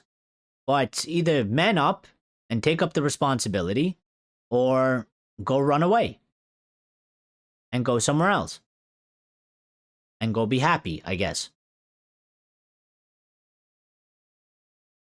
Bastion was good, just misused. No, but the thing is, Axe, he was...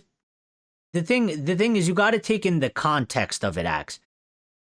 When he said, we're getting Bastian Schweinsteiger, the way he talked about him like he was 26-year-old Bastian Schweinsteiger. He was not 26-year-old Bastian Schweinsteiger. He was already past his prime, heading towards the decline. He only lasted us so many years.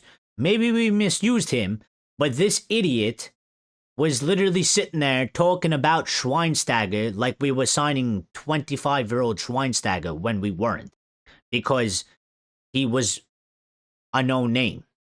Because he was Schweinsteiger, you know? They didn't take into account any of, like, the money you're going to spend on him. How long is this going to last? And what is the transition from the Bundesliga to the Premier League? How well is that going to go for you at his age? Didn't take any of that into account. He literally was just like, yeah, we're Manchester United. We're the best. We'll sign Bastian Schweinsteiger because he's a huge name. And that's what they did. And how did that go? Along with all the other signings, dumbass signings that he did. Because we're Manchester United and we'll get whoever we want and we'll spend whatever we want on anybody.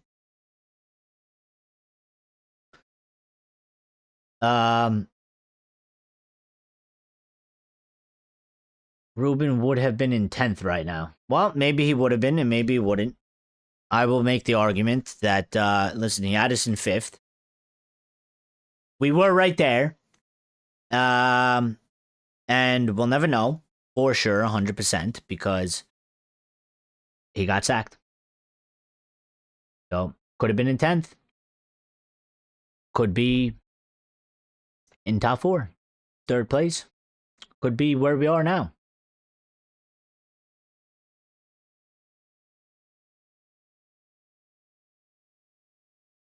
I would have liked to see it play out, but we didn't get that, so I don't think it's fair to say that all the players like to do it because none of them actually played in their actual positions that they like. Oh. Listen, I will say, the players didn't give up on him. I will say that, okay? But I think it's because we have, again, and I will sort of put this down.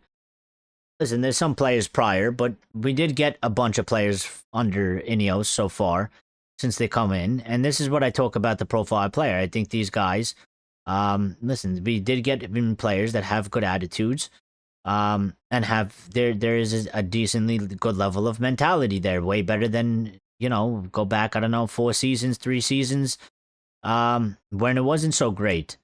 And I think, when Ruben got sacked, I was like, this is the first time that, okay, the team might have not been performing well. And I mean, he didn't even get sacked for that reason. So that wasn't even like, that wasn't even the reason. But I was like, this is the first time that the players actually didn't down tools on a manager. They didn't actually give up on the manager. They were trying, they were struggling, and they were having a rough time, but they actually didn't give up on the manager. They actually didn't turn their back on the guy. They were going out there. They weren't getting results, but it wasn't like they weren't like trying, like how we've seen them before in the past. So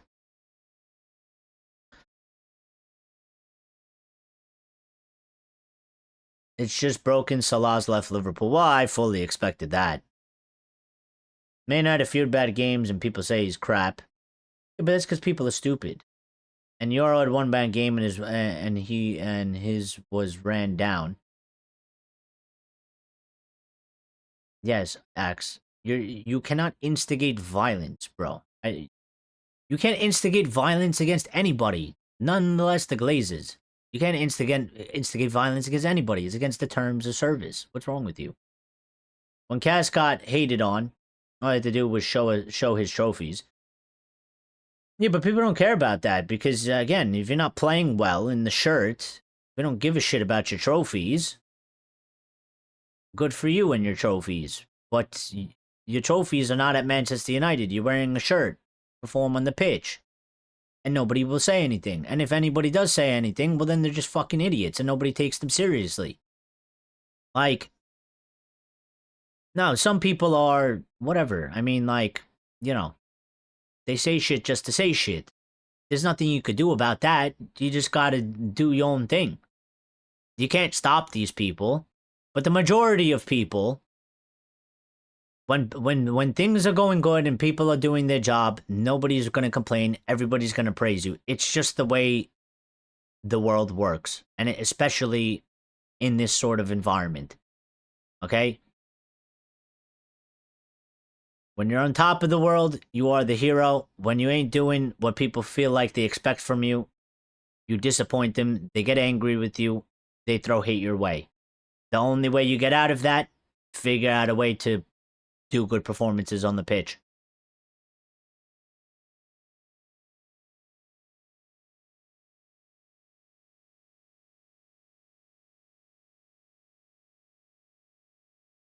Yeah, they didn't stop playing for him, did they, though?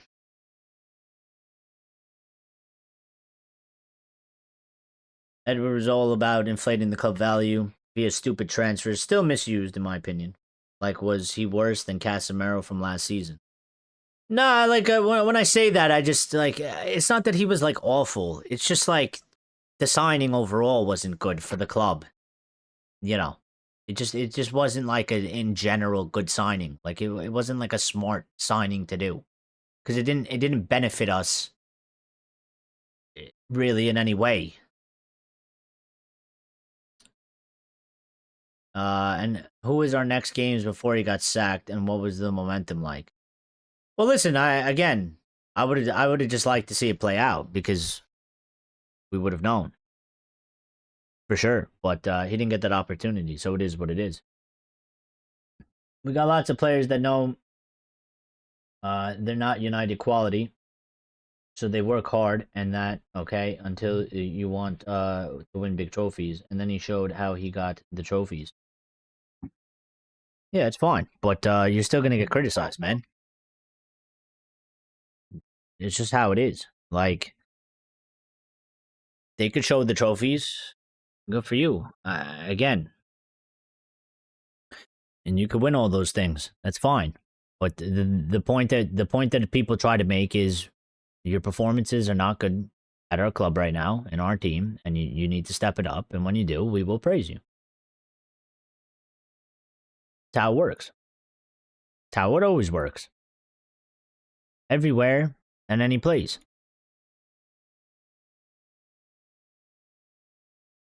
So, all right. But I do have to go, so I will catch you guys later. We might do a show tomorrow. I don't know if we will, but if we do, it'll be at 8:15 p.m. UK. Okay, so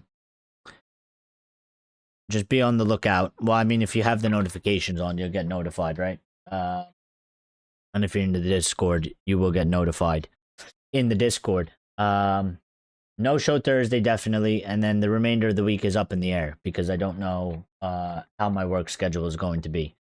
So I literally have to take it day by day because it changes or can change on a daily basis, and I don't know until basically the day before or the day of. So I can't really give any further updates on that. So we will be back at some point. We will be back. Chad, you always say this. Did you see how many trophies Sporting got without Bruno? And he had a good stats at the club. Yes, but you also always leave out the part that Sporting did an entire rebuild and got a completely new president as well. And they dismantled their entire team. Not just Bruno Fernandes, the entire team. They got rid of some 30 plus players.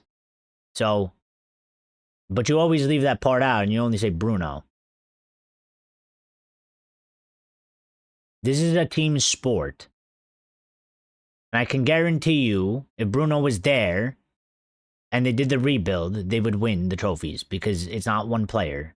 It's a team. They rebuilt the entire team. And they did it under Ruben. And they did it under a brand new president. So.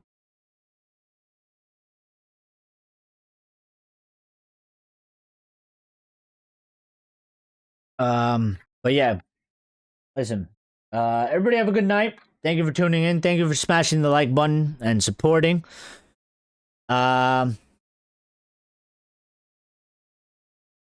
We will see you on the next one. We might pop up tomorrow. I don't know. I'm not 100% sure. Might take day off because I have something to do. So I don't know if I'm gonna get around. I don't know if I'll get the chance to be able to do it.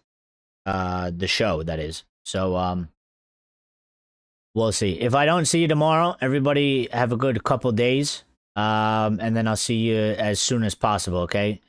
So stay safe until then and be good. But other than that, take care.